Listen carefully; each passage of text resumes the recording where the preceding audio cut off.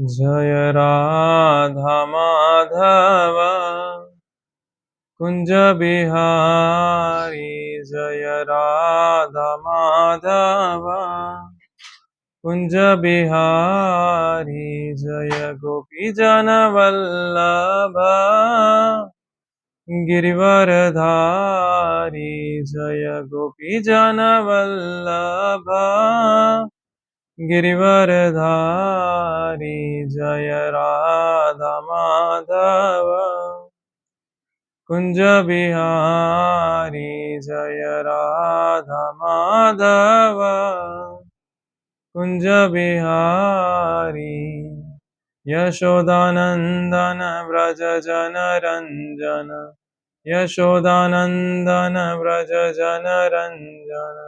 यमुना तीरा वनचारी। यमुना तीरा वनचारी। जय राधा माधव कुंज बिहारी। जय राधा माधव कुंज बिहारी। हरे कृष्णा कृष्णा कृष्णा हरे हरे, हरे राम राम राम हरे हरे। हरे कृष्णा कृष्णा कृष्णा हरे हरे, हरे राम राम राम हरे हरे। हरे कृष्णा कृष्णा कृष्णा हरे हरे, हरे राम राम राम हरे हरे। जय गौरनिताय जय गौरनिताय जय गौरनिताय जय गौरनिताय।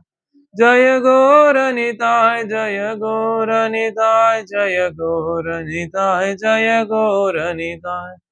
जय कृष्ण बलराम कृष्ण बलराम जय कृष्ण बलराम। जय राधे श्याम जय राधे श्याम। जय सीताराम लक्ष्मण भक्त हनुमान। जय सीताराम लक्ष्मण भक्त हनुमान। प्रभुपाद जय प्रभुपाद जय प्रभुपाद जय प्रभुपाद। जय गुरुदेव जय गुरुदेव जय गुरुदेव जय गुरुदेव। ओम अज्ञानतिमिरान्धस्य ज्ञानाञ्जनशलाकया चक्षुरोन्मिलितं येन तस्मै श्रीगुरुवे नमः। श्रीचैतन्यमनोभीष्टं स्थापितं येन भूतले स्वयं रूपा कदा मह्यं ददाति स्वपदान्तिकं। नमो ओं विष्णुपादाय कृष्णप्रेष्ठाय भूतले श्रीमते भक्तिवेदान्त स्वामिनिति नामिने। नमस्ते सरस्वते देवे गौरवाणी प्रचारिणे निर्विशेष शून्यवादी पाशादिदेशतारिणे। जय श्री कृष्ण चैतन्य प्रभु नित्यानंद श्री अद्वैत गदाधर श्रीवासादि गौर भक्त वृंद। हरे कृष्णा कृष्णा कृष्णा हरे हरे, हरे राम राम राम हरे हरे। हरे कृष्णा कृष्णा कृष्णा हरे हरे, हरे राम राम राम हरे हरे। हरे कृष्णा कृष्णा कृष्णा हरे हरे, हरे राम राम राम हरे हरे। ये बोले ग्रंथराज श्रीमद् भागवतम की जय, श्रीमद् भगवद गीता की जय, ब्रज किशोर श्री कृष्ण चंद्र भगवान की जय, वृंदावनेश्वरी श्रीमती राधा रानी की जय, वृंदावन धाम की जय, मथुरा धाम की जय, मायापुर नवदीप धाम की जय, श्री श्री गौर निताई की जय, श्री जगन्नाथपुरी धाम की जय। जो बोले श्री श्री सीताराम लक्ष्मण भक्त हनुमान की जय, श्री अयोध्यापुरी धाम की जय। जो बोले जोलिनेस भक्ति धीर दामोदर स्वामी महाराज की जय। जो बोले इस डिवाइन ग्रेस भक्ति वेदांत एसी भक्ति वेदांत स्वामी शिला प्रभुपाद की जय। इस डिवाइन ग्रेस भक्ति सिद्धांत सरस्वती ठाकुर महाराज की जय। इस डिवाइन ग्रेस भक्ति विनोद ठाकुर महाराज की जय। नामाचार्य श्री लरदास ठाकुर की जय। श्री हरिनाम चिंतामणि की जय। सभी पधारे हुए भक्तों की जय। समेत गौर भक्त वृंद की जय। वाञ्छाकल्पतरुभ्यश्च कृपासिन्धुभ्येव च पतितानां पावनेभ्यो वैष्णवेभ्यो नमो नमः। धन्यवाद। श्रीमद् भागवतम की जय, श्रीमद् भगवद गीता की जय। हरे कृष्णा एवरीवन। सो आज के सत्र में हम लोग भगवद गीता अध्याय 3 को कंटिन्यू करने वाले हैं। पिछली क्लास से जो हमने देखी थी प्रसाद की महिमा। कक्षा शुरू करने से पहले मैं आप सभी के चरणों में ये विनती करता हूँ कि जो भी आज मैं बोलूँ शास्त्र सम्मत हो, गुरु द्वारा सिखाया हुआ हो और कुछ भी अपने उसमें मेरे मन का जोड़ा हुआ ना हो। एक वेटर की तरह, जैसे एक वेटर जो एक अच्छा भोजन एक शेफ एक बड़े किचन में बनाता है, उसको एक वेटर वैसे का वैसा लाके प्रेजेंट करता है। बस उस एक वेटर की तरह मैं बहुत अच्छे से आपके सामने जो भी आचार्यों ने जो बताया है, जो शास्त्रों में जो लिखा है, जो भगवान के द्वारा बोला गया है, वो आपके समक्ष प्रस्तुत कर सकूं, जिससे कि आप सभी को प्रसन्नता मिले और मेरे खुद के हृदय की शुद्धिकरण हो। हरे कृष्णा। सो थोड़ा सा हम एक रिकैप कर लेते हैं कि लास्ट टाइम में हम लोग क्या कुछ चर्चा कर रहे थे, तो जिससे हमको एक थोड़ा आइडिया लग जाए। तो लास्ट टाइम हमने प्रसाद की महिमा के बारे में काफी चीज बात करी थी कि प्रसाद जो खाना है वो क्यों जरूरी है और प्रसाद खाने से क्या क्या फायदे होते हैं। भगवान क्यों बोल रहे हैं कि केवल जो इंसान प्रसाद खाता है वही एक्चुअली में कुछ मतलब एक अच्छा कर्म कर रहा है। बाकी जो लोग बिना प्रसाद करे किसी चीज को खा रहे हैं, तो कहीं ना कहीं पाप खा रहे हैं हम लोग, है ना।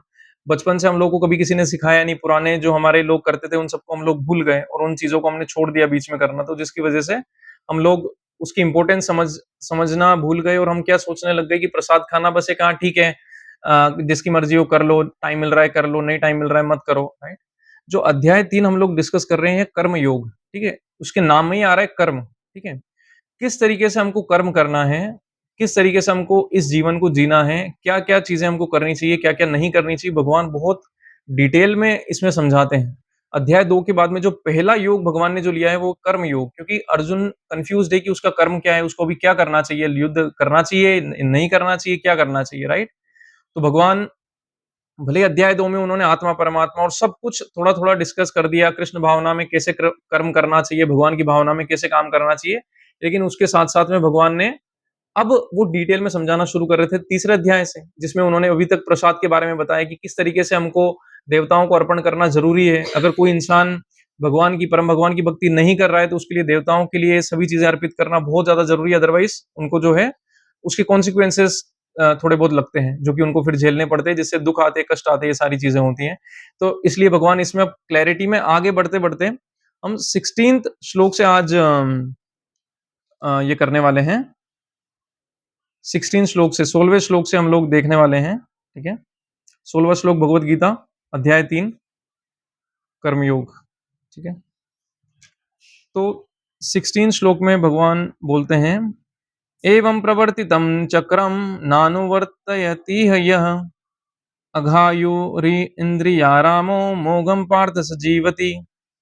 भगवान बोलते हैं, हे प्रिय अर्जुन, जो मानव जीवन में इस प्रकार वेदों द्वारा स्थापित यज्ञ चक्र का पालन नहीं करता, वह निश्चय ही पापमय जीवन व्यतीत करता है।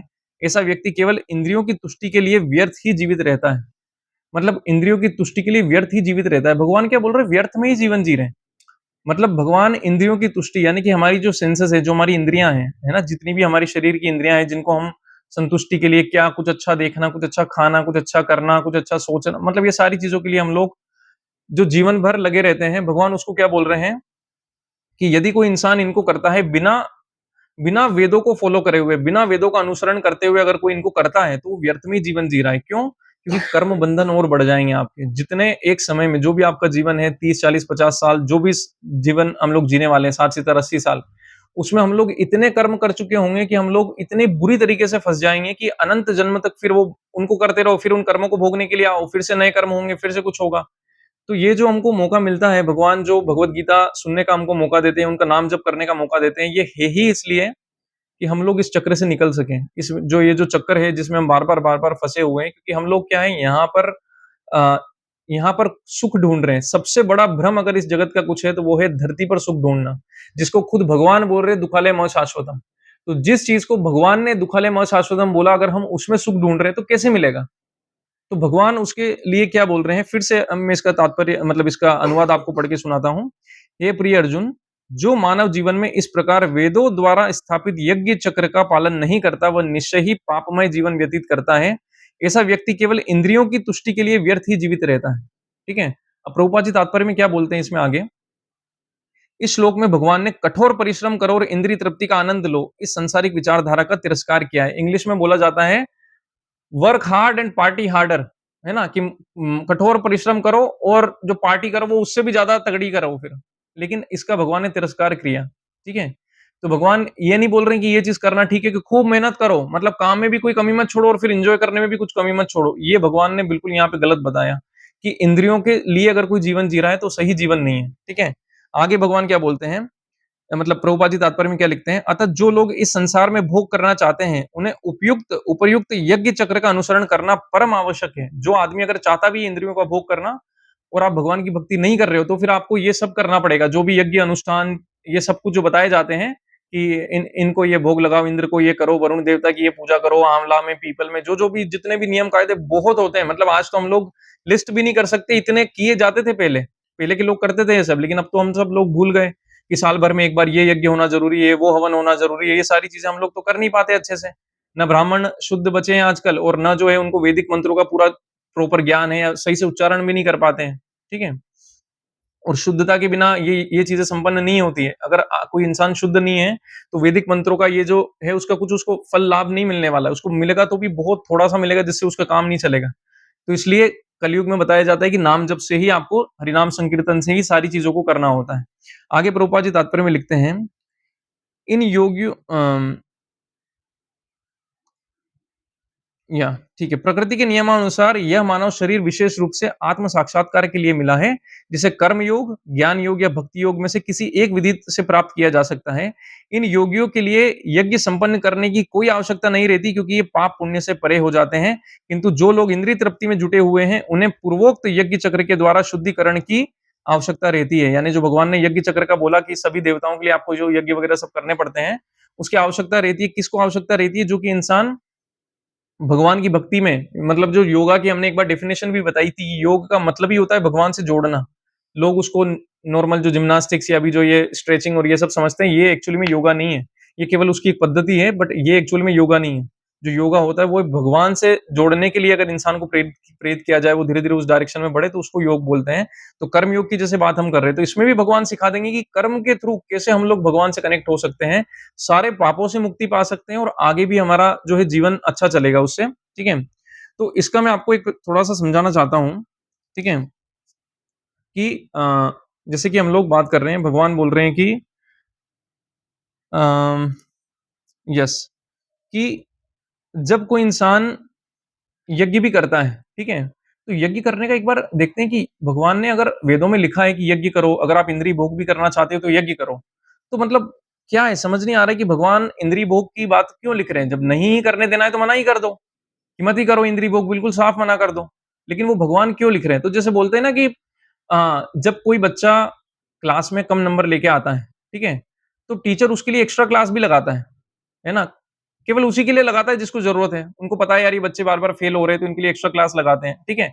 उनको पढ़ाने के लिए थोड़े और ईज़ी मेथड करता है, कि टीचर कुछ ना कुछ करता है। इनफैक्ट जब उनके लिए जो सप्लीमेंट्री क्वेश्चन पेपर बनाता है तो टीचर जानबूझ के सिंपल बनाता है, कि चलो बच्चा कम से कम पास तो होके अगली क्लास में तो पहुँच जाए, ठीक है?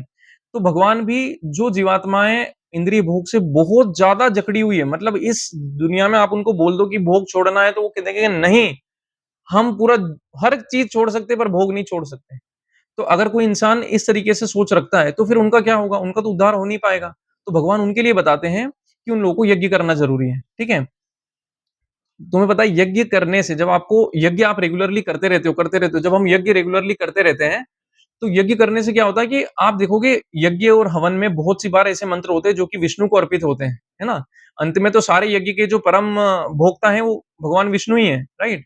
तो उससे क्या होता है कि जब आदमी बार-बार ये सब क्रियाएँ करता है, जो कि सात्विक की उसमें आती है, सात्विक पद्धति में आती है, बार-बार ये क्रियाएँ करता है, तो कुछ सालों में उसकी धीरे-धीरे चेतना विकसित होने लगती है। उसको लगने लगता है कि यार भोग में आनंद कम है, लेकिन वो क्या है ना, बहुत लंबी विधि है।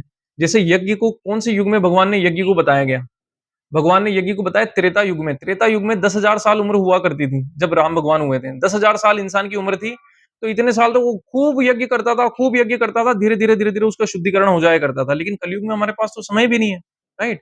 तो ये जो यज्ञ भी की जो पद्धति है, जो वेदों में बताई है, वेद कोई हमारे दुश्मन नहीं है, या वो कोई हमको यहाँ पे सड़ाना नहीं चाहते हैं कि हम इधर ही बैठे रहें, इस भौतिक जगत से कभी निकल नहीं पाए। तो वेद तो हमको सिखाना चाहते हैं कि हम लोग अगर नहीं भी भौतिक चीजों को छोड़ पा रहे हैं, नहीं भी हम श्रीमद् भागवतम की शरण ले पा रहे हैं, भगवत गीता की शरण ले पा रहे हैं, तो कम से कम हम लोग ये जो यज्ञ और ये सब करके धीरे-धीरे हमारी चेतना का विकास होगा। जो आदमी इन चीज़ों में लगा रहता है, भले उसको अभी ज़्यादा कुछ समझ नहीं आ रहा, थोड़े साल के बाद में आप देखोगे उसकी वांछाएँ, उसकी जो इच्छाएँ हैं, वो कम होने लगती है, धीरे-धीरे कम होने लगती है। फिर धीरे-धीरे वो भगवान विष्णु की भक्ति में कैसे न कैसे पहुँच ही जाएगा अंत में जाके, लेकिन लंबा समय लगेगा। अब अगर उससे पहले उसका शरीर छूट जाए या उसकी कुछ हो जाए उसके साथ, तो फिर उसका कुछ नहीं कह सकते। तो वो थोड़ा-सा रिस्की मेथड है। वो कर तो सकते हैं उसे, लेकिन वो बहुत रिस्की मेथड है, इसलिए मना करते हैं कि कलयुग में जब जीवन ऑलरेडी छोटा है, तो हमको इतना रिस्की मेथड क्यों लेना? जो शॉर्टकट है भगवान का, उससे हम उनके पास चलते हैं, जो कि भक्ति योग है। ठीक है? यहाँ पे प्रभुपाद जी आगे बोलते हैं कि अ, यज्ञ पद्धति इस प्रकार सुनियोजित है कि विषयोन्मुख यानी जो लोग विषय इंद्रियों में फंसे हुए हैं, मतलब विषयों में फंसे हुए हैं, विषयों के फल में फंसे बिना अपनी इच्छाओं की पूर्ति कर सकते हैं जब वो यज्ञ वगैरह जब करते हैं, तो इसलिए। लेकिन अब नहीं करोगे तो फंसते जाओगे, फंसते जाओगे, फंसते जाओगे। अतः वेदों में वर्णित देवताओं को लक्षित करके यज्ञ किए जाते हैं। अप्रत्यक्ष रूप से यह कृष्ण भावनामृत का ही अभ्यास रहता है, क्योंकि जब कोई इन यज्ञों में दक्षता यानी एक्सपर्ट हो जाता है, तो वह अवश्य ही कृष्ण भावना भावित हो जाता है। किंतु यदि ऐसे यज्ञ करने से कोई कृष्ण भावना भावित नहीं हो पाता, तो इसे कोरी आचार संहिता समझना चाहिए, मोरल कोड्स समझना चाहिए। अगर कोई इंसान ये कर भी रहा है, यज्ञ वज्ञ सब कर भी रहा है, लेकिन भगवान की भक्ति में तो कोई थोड़ा सा भी रंच मात्र भी उसमें इच्छा नहीं उत्पन्न हो रही है अपने हृदय में, तो इसको क्या समझना चाहिए? कोरी आचार संहिता। जैसे मोरल कोड्स जिसको बोलते हैं, मोरल कोड्स मतलब कि कैसा नैतिकता, मतलब कि कैसा व्यवहार करना चाहिए। तो वो आदमी खाली अपनी इंद्रियों की भोग के लिए, जैसे ये होता है ना कि दुकानदार से 10 रुपए का सामान है, तो 10 रुपए उसने दे दिए और 10 रुपए से सामान लेके आ गया, बस इतना। तो उसमें कोई उसकी अच्छाई कुछ नहीं है। अगर उसकी अच्छाई तो तब होती जबकि वो इंसान समझता है कि ये सब भगवान का दिया हुआ है, अगर मैं इंद्रिय भोग कर भी रहा हूँ, तो धीरे-धीरे मेरी चेतना का विकास करूँ कि मैं भगवान को देख पाऊँ इन सब चीज़ों में, कि भगवान मुझे ये सारी चीज़ें प्रदान कर रहे हैं मेरे भोग के लिए भी। तो धीरे-धीरे उसका मन उधर बढ़ेगा, धीरे-धीरे फिर वो यज्ञों से हट के भगवान के नाम जप में, भगवान की भक्ति में लग जाएगा, राइट?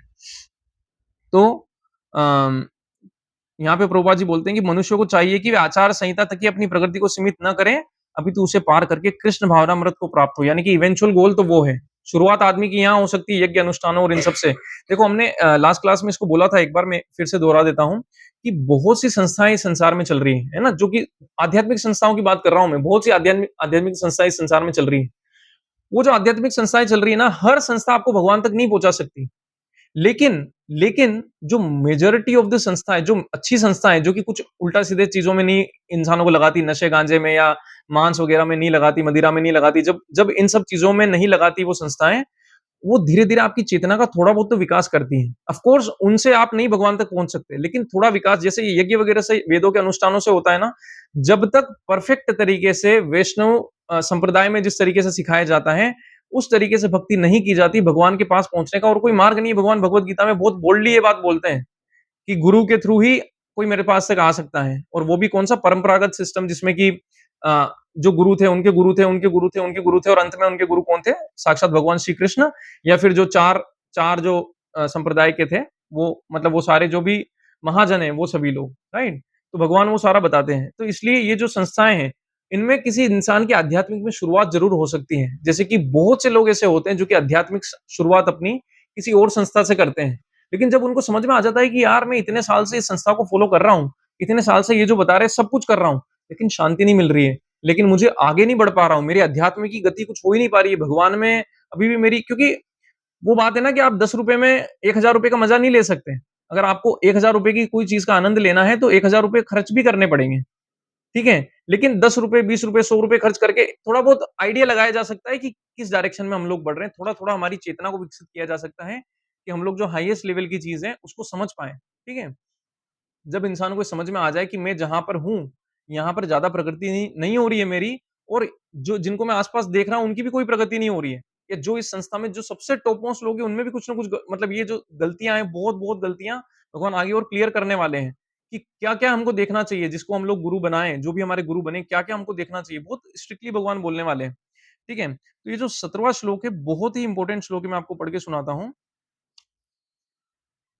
यस्त्व आत्मरतिरेव स्याद् आत्मतृप्तश्च मानवः आत्मन्येव च संतुष्टः तस्य कार्यं न विद्यते। तो भगवान इसमें क्या बोल रहे हैं जो व्यक्ति किंतु जो व्यक्ति आत्मा में ही आनंद लेता है तथा जिसका जीवन आत्म साक्षात्कार युक्त है और जो अपने में ही पूर्णतया संतुष्ट रहता है, उसके लिए करणीय या कर्तव्य कुछ भी नहीं होता, जिसको इंग्लिश में बोला जाता है प्रेस्क्राइब्ड ड्यूटीज, कि आपकी जो ड्यूटीज होती है वो कुछ भी नहीं होती। किसके लिए कुछ नहीं होती? वापस से सुनिए, जो आत्मा में ही आनंद लेता है।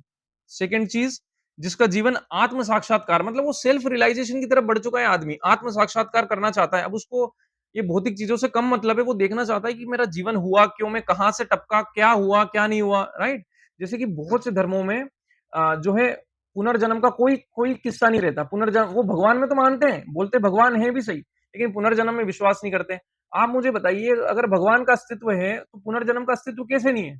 भगवान ने फिर तो अन्याय कर दिया, किसी को गरीब के घर में डाल दिया, किसी को अमीर के घर में डाल दिया, तो ये कैसे कर लिया भगवान ने?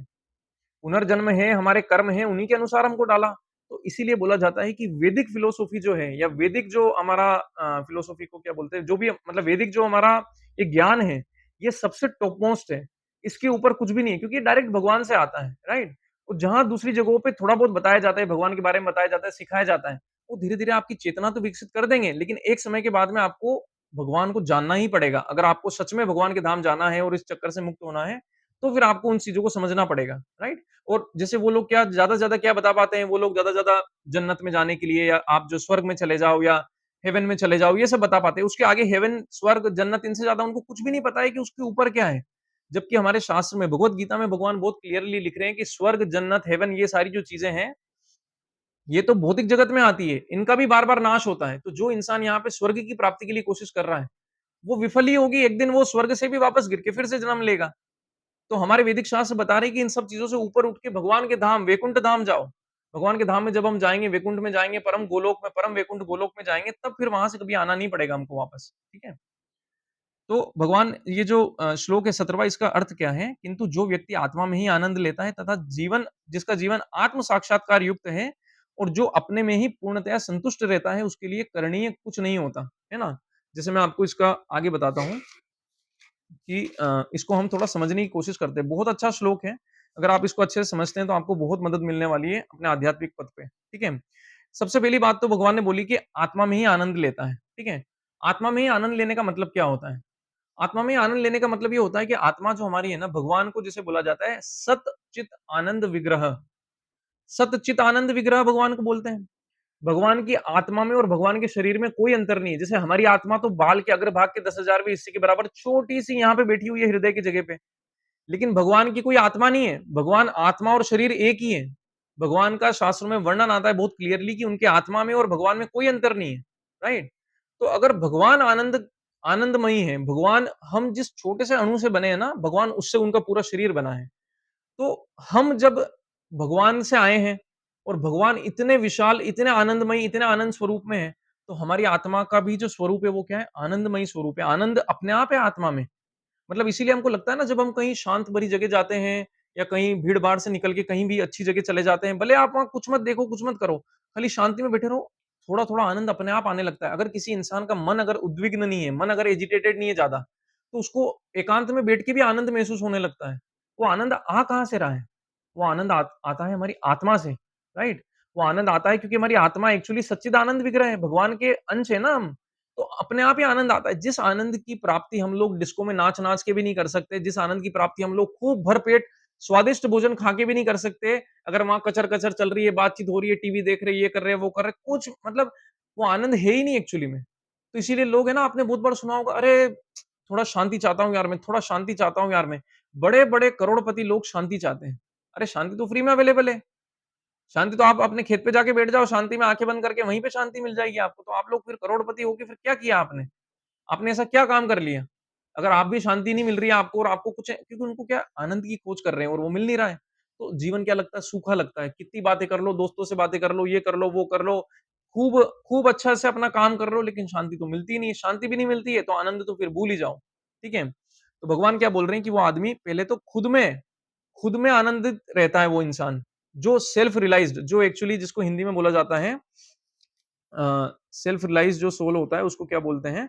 स्वरूप सिद्ध भी बोलते हैं इसको, स्वरूप सिद्ध भी बोलते हैं, कि जो एक्चुअल में सेल्फ रियलाइज यानी कि भक्ति के मार्ग में आगे बढ़ते-बढ़ते जिस दिन हमारी ऐसी अवस्था हो जाएगी कि हम स्वरूप सिद्ध हो जाएँगे, हमें पता चल जाएगा मतलब कोई दुनिया का आदमी हमको अब डगमगा नहीं सकता भक्ति के मार्ग से, ठीक है? बिल्कुल हम स्थिर हो गए उसमें। तब हमारे क्या स्थिति होगी भगवान वो बता रहे हैं कि अपने आप आनंद आना शुरू हो जाएगा। अंदर से ही आनंद आएगा, उसको कुछ करने की ज़रूरत नहीं है। फिर उसके बाद में उसकी जीवन जो है आत्म साक्षात्कार के लिए ही रहता है। उसको केवल आत्मा से, परमात्मा से, भगवान से मतलब रहता है और भगवान की भक्ति से मतलब रहता है। उसको दुनियादारी से और इतना मतलब फिर वो रखता नहीं है, ठीक है? फिर क्या होता है कि वो आदमी जो है खुद में पूरी तरीके से संतुष्ट रहता है। आनंद आना एक बात है और संतुष्टि होना अलग बात है। जैसे कि ये जो संतुष्टि होती है हमारी, ठीक है? संतुष्टि किसको बोलते हैं कि मेरे पास कितना पैसा है, किन लोगों से मेरी जो मेरे परिवार में किस टाइप के लोग हैं, है ना? और कैसा मैं खा पी रहा हूँ, कैसी मुझे मतलब भौतिक भौतिक सिचुएशन मेरी क्या है ना? इनसे इंसान सबसे ज़्यादा परेशानी में रहता है। मतलब किसी इंसान के पास अगर आज कम पैसे हैं, तो वो क्या सोचेगा, मैं थोड़े और ज़्यादा पैसे कैसे कमाऊँ? अगर उसके पास थोड़े और ज़्यादा पैसे हैं, तो वो सोचेगा कि और ज़्यादा पैसे कैसे कमाऊँ? तो उसको नहीं बोलेंगे कि वो आदमी जो है संतुष्ट है। इसका मतलब ये भी नहीं है कि भगवान बोल रहे हैं कि निकम्मे होके भाग जाओ जंगल में या वहाँ जाके बैठ जाओ जंगल में जाके। नहीं, भगवान उसको क्लेरिफ़ाई भी करने वाले हैं। भगवान ये तक बताने वाले हैं कि मैं पूरी सृष्टि का, जगत नियंता मैं सभी का, सब कुछ का मालिक मैं अकेला हूँ, उसके बावजूद भी मैं अपना कर्म करता हूँ। जो मेरे लिए भगवान के लिए कोई कर्म है ही नहीं एक्चुअली में। उनके लिए कुछ कर्म करने की ज़रूरत नहीं, अभी हम आगे देखेंगे भगवान की ओपुलेंस, भगवान का जो वैभव है वो देखेंगे, वो कैसे बताते हैं इसमें। लेकिन फिर भी वो करते हैं और वो ऐसा ही अर्जुन को करने के लिए बोलना चाहते हैं। अर्जुन ऐसे तो भगवान का भक्त है, ठीक है? लेकिन भगवान की लीला के अनुसार अर्जुन अभी भ्रमित हो चुका है कि मेरे पितामह हैं, मेरे गुरु हैं, मेरे भाई बंधु हैं सारे, मैं कैसे इनको मारूँ, क्या करूँ? ये सारी चीज़ों से अर्जुन कन्फ्यूज़ हो रहा है अभी, राइट? भगवान अर्जुन के माध्यम से हमको दिखाना चाह रहे हैं कि कैसे एक आत्मा भी मतलब एक जीव भी नॉर्मल कन्फ्यूज़ ही रहता है कि मैं क्या करूँ, क्या नहीं करूँ, मेरा कर्म क्या है, मुझे क्या है? तो भगवान कुरुक्षेत्र का युद्ध तो बस वो ये एक युद्ध था, लेकिन भगवान तो अर्जुन को जीवन जीना ही सिखा रहे हैं उसके बाद भी। और हम सबको उसके माध्यम से सिखा रहे हैं कि कैसे जीवन जीना है, हमको क्या करना है, कैसा कर्म करना है कि हम फँसे नहीं कर्म में। क्योंकि अर्जुन को पता था कि वो हज़ारों, लाखों, करोड़ों लोगों को मारेगा यहाँ पे, क्या होगा बाद में उसका? कहाँ जाएगा अर्जुन इनको मारने के बाद में? क्या उसको पाप लगेगा? क्या वो नरक में जाएगा? ये सारी बातें तो ये एक नॉर्मल इंसान के दिमाग में भी चल सकती है कि मैं पैसे तो कमा रहा हूँ, लेकिन उसमें कुछ गड़बड़ हो रही है, मैं क्या करूँ, क्या नहीं करूँ? क्योंकि शास्त्र एक नॉर्मल आदमी को पता नहीं है, वेदों को कोई पढ़ नहीं सकता। ये भगवत गीता तो चलो फिर भी 700 श्लोक में कवर्ड कर दी भगवान ने। लेकिन जो बड़े-बड़े शास्त्र हैं हमारे, हम लोग कभी पढ़ नहीं पाएँगे, शायद पूरा जीवन निकल जाए फिर भी। तो कम से कम हम इससे सीख लें कि भगवान शॉर्ट में क्या समझाना चाह रहे हैं, ठीक है? तो हम जब इसके आगे तात्पर्य में देखते हैं, तो उसमें पढ़ते हैं कि ठीक है? कि जो व्यक्ति पूर्णतया कृष्ण भावना भावित है और अपने कृष्ण भावनामृत के कार्यों से पूर्णतया संतुष्ट रहता है, उसे कुछ भी नियत कर्म नहीं करना होता। मतलब उसके लिए कोई नियत कर्म नहीं है। वो आदमी अगर चाहे जो पूरी तरीके से कृष्णा कॉन्शियस है, मतलब 100% वो कृष्णा कॉन्शियस है, तो सच में उस आदमी का कोई कर्म नहीं होता। वो आदमी चाहे तो सब कुछ संसार त्याग कर भी जा सकता है, अगर वो पूरी तरीके से कृष्ण भावना भावित हो गया। ठीक है? अगर वो सब कुछ त्याग के जा सकता है, तो भगवान अर्जुन को क्यों बोल रहे हैं युद्ध करने के लिए? अर्जुन अर्जुन तो केवल भगवान ने अभी थोड़ा-सा भ्रम में डाला है बस थोड़ी देर उसके लिए, ताकि उनके माध्यम से भगवत गीता सुना सके, राइट? तो अभी हम आगे देखेंगे कि भगवान क्यों ऐसा लीला क्यों करते हैं भगवान? क्या सिखाने के लिए, हमको क्या सिखाना चाह रहे हैं भगवान? भगवान ये कभी भी नहीं बोलना चाहते हैं कि मेरे जो भक्त हैं वो मतलब ये सब कुछ त्याग के और निकम्मे बन जाएँ या कहीं भाग जाएँ। नहीं तो के बात क्या होगी कि महापुरुष जो करते हैं, दूसरे लोग उसको फ़ॉलो करते हैं। जो बड़े लोग करते हैं उसको दिखा के देखो उन्होंने भी तो ऐसा किया था, देखो उन्होंने भी तो ऐसा किया था। ऐसा दे-दे के लोग फिर क्या है, अगर एक बड़ा आदमी कुछ गलती करता है, तो बाद वाले पीछे उसके पीछे हज़ारों ही जा उसके उसी के मार्ग पे चलते हैं। तो वो सब रोकने के लिए भगवान ऐसा नहीं चाहते थे कि अर्जुन कुछ ऐसा कर्म करे, जिससे कि आने वाले सदियों तक क्षत्रिय भी अपने युद्ध भूमि को छोड़ के, जो उनका कर्तव्य है, उसको छोड़-छुड़ा के चले जाएँ कि भई चलो कोई मतलब नहीं है लड़ झगड़ के। अगर आपका कर्तव्य है धर्म की स्थापना करना, अधर्मियों को मारना, तो वो करना ही पड़ेगा, आपको करना ही चाहिए। ठीक है? वो किस चेतना में करना चाहिए? हम लोग कोई अभी हम बिज़नेसमैन हैं, कोई हमारे यहाँ जॉब कर रहा है, कोई कुछ कर रहा है। सब लोग हम लोग यहाँ अलग-अलग काम करते हैं, कोई हाउसवाइफ है। हम लोग को किस चेतना में काम करना चाहिए कि जो चेतना कि भगवान जैसा चाह रहे हैं हम वैसा कर्म करें, क्योंकि भगवान जैसा चाह रहे हैं अगर हमने वैसा कर्म नहीं किया और बस अपने मनगढ़ंत कुछ भी करने की कोशिश करी, तो क्या होता है उसका परिणाम भी हमको देखने को मिलेगा, क्योंकि हमारा जो मनगढ़ंत कुछ भी है कि हम अपनी मर्ज़ी से कुछ भी कर रहे हैं, वो कितना सही है, कितना गलत है अपन बोल नहीं सकते हैं। ठीक है? भगवान अभी बताएँगे कि किस तरीके से इंसान को कर्म करना चाहिए। तो प्रभुपाद जी तात्पर्य में बोलते हैं, कृष्ण भावना भावित होने के कारण उसके हृदय का सारा मेल तुरंत धुल जाता है, जो हजारों-हजारों यज्ञों को संपन्न करने के बाद ही संभव हो पाता है। इस प्रकार चेतना के शुद्ध होने से मनुष्य परमेश्वर के साथ अपने संबंध के प्रति पूर्णतया आश्वस्त हो जाता है। भगवत कृपा से उसका कार्य स्वयं प्रकाशित हो जाता है, अतएव वैदिक आदेशों के प्रति उसका कर्तव्य मतलब निषेध हो जाता है। वेदों में क्या लिखा है, क्या करना चाहिए, वो उस इंसान को चिंता भी करने की ज़रूरत नहीं है। क्योंकि वो भगवान की जब भगवान की चेतना हमेशा हृदय में है, उसको हमेशा पता चलेगा उसको क्या करना है और क्या नहीं करना। किस समय उसको कौन-सा एक्शन लेना है या किस समय उसको क्या कर्म करना है, किस समय क्या कर्म नहीं करना, उसको पूरा पता चलेगा खुद ही। ऐसा कृष्ण भावना भावित व्यक्ति कभी भी भौतिक कार्यों में रुचि नहीं लेता और न ही उसे सुरा सुंदरी तथा अन्य प्रलोभनों में कोई भी आनंद मिलता है। यानी कि न तो उसको ये जो ड्रिंकिंग, ये न उसको स्त्री में, न उसको जो है कोई भी मटेरियल चीजों में उसको आनंद ही नहीं रह जाता इनमें, क्योंकि उसको पता है वो तो अंदर ही इतना आनंद भोग पा रहा है, तो उसको कोई इन बाहर की चीजों में आनंद नहीं लगने लगता फिर, क्योंकि बाहर जो आनंद ढूंढ रहे हैं ही नहीं। जो हम माया माया का जो एक अर्थ होता है, ठीक है? माया का जो एक अर्थ होता है भौतिक जगत में माया का अर्थ क्या होता है? जो जो कि नहीं है, वो जो कि नहीं है, मतलब इससे क्या समझ में आता है कि वो है ही नहीं। हम जिसको यहाँ ढूंढ रहे हैं वो है ही नहीं यहाँ पे। माया का मतलब ही ये होता है। सब लोग जानते हैं माया देवी, माया देवी, माया देवी, है ना? लेकिन हम लोग उसका मतलब ही नहीं समझते कि माया देवी का मतलब क्या है? माया का मतलब होता है वो जो नहीं है। अब आप बोलो, वो जो नहीं है तो हम फिर कहाँ फंसे हुए हैं यहाँ पे?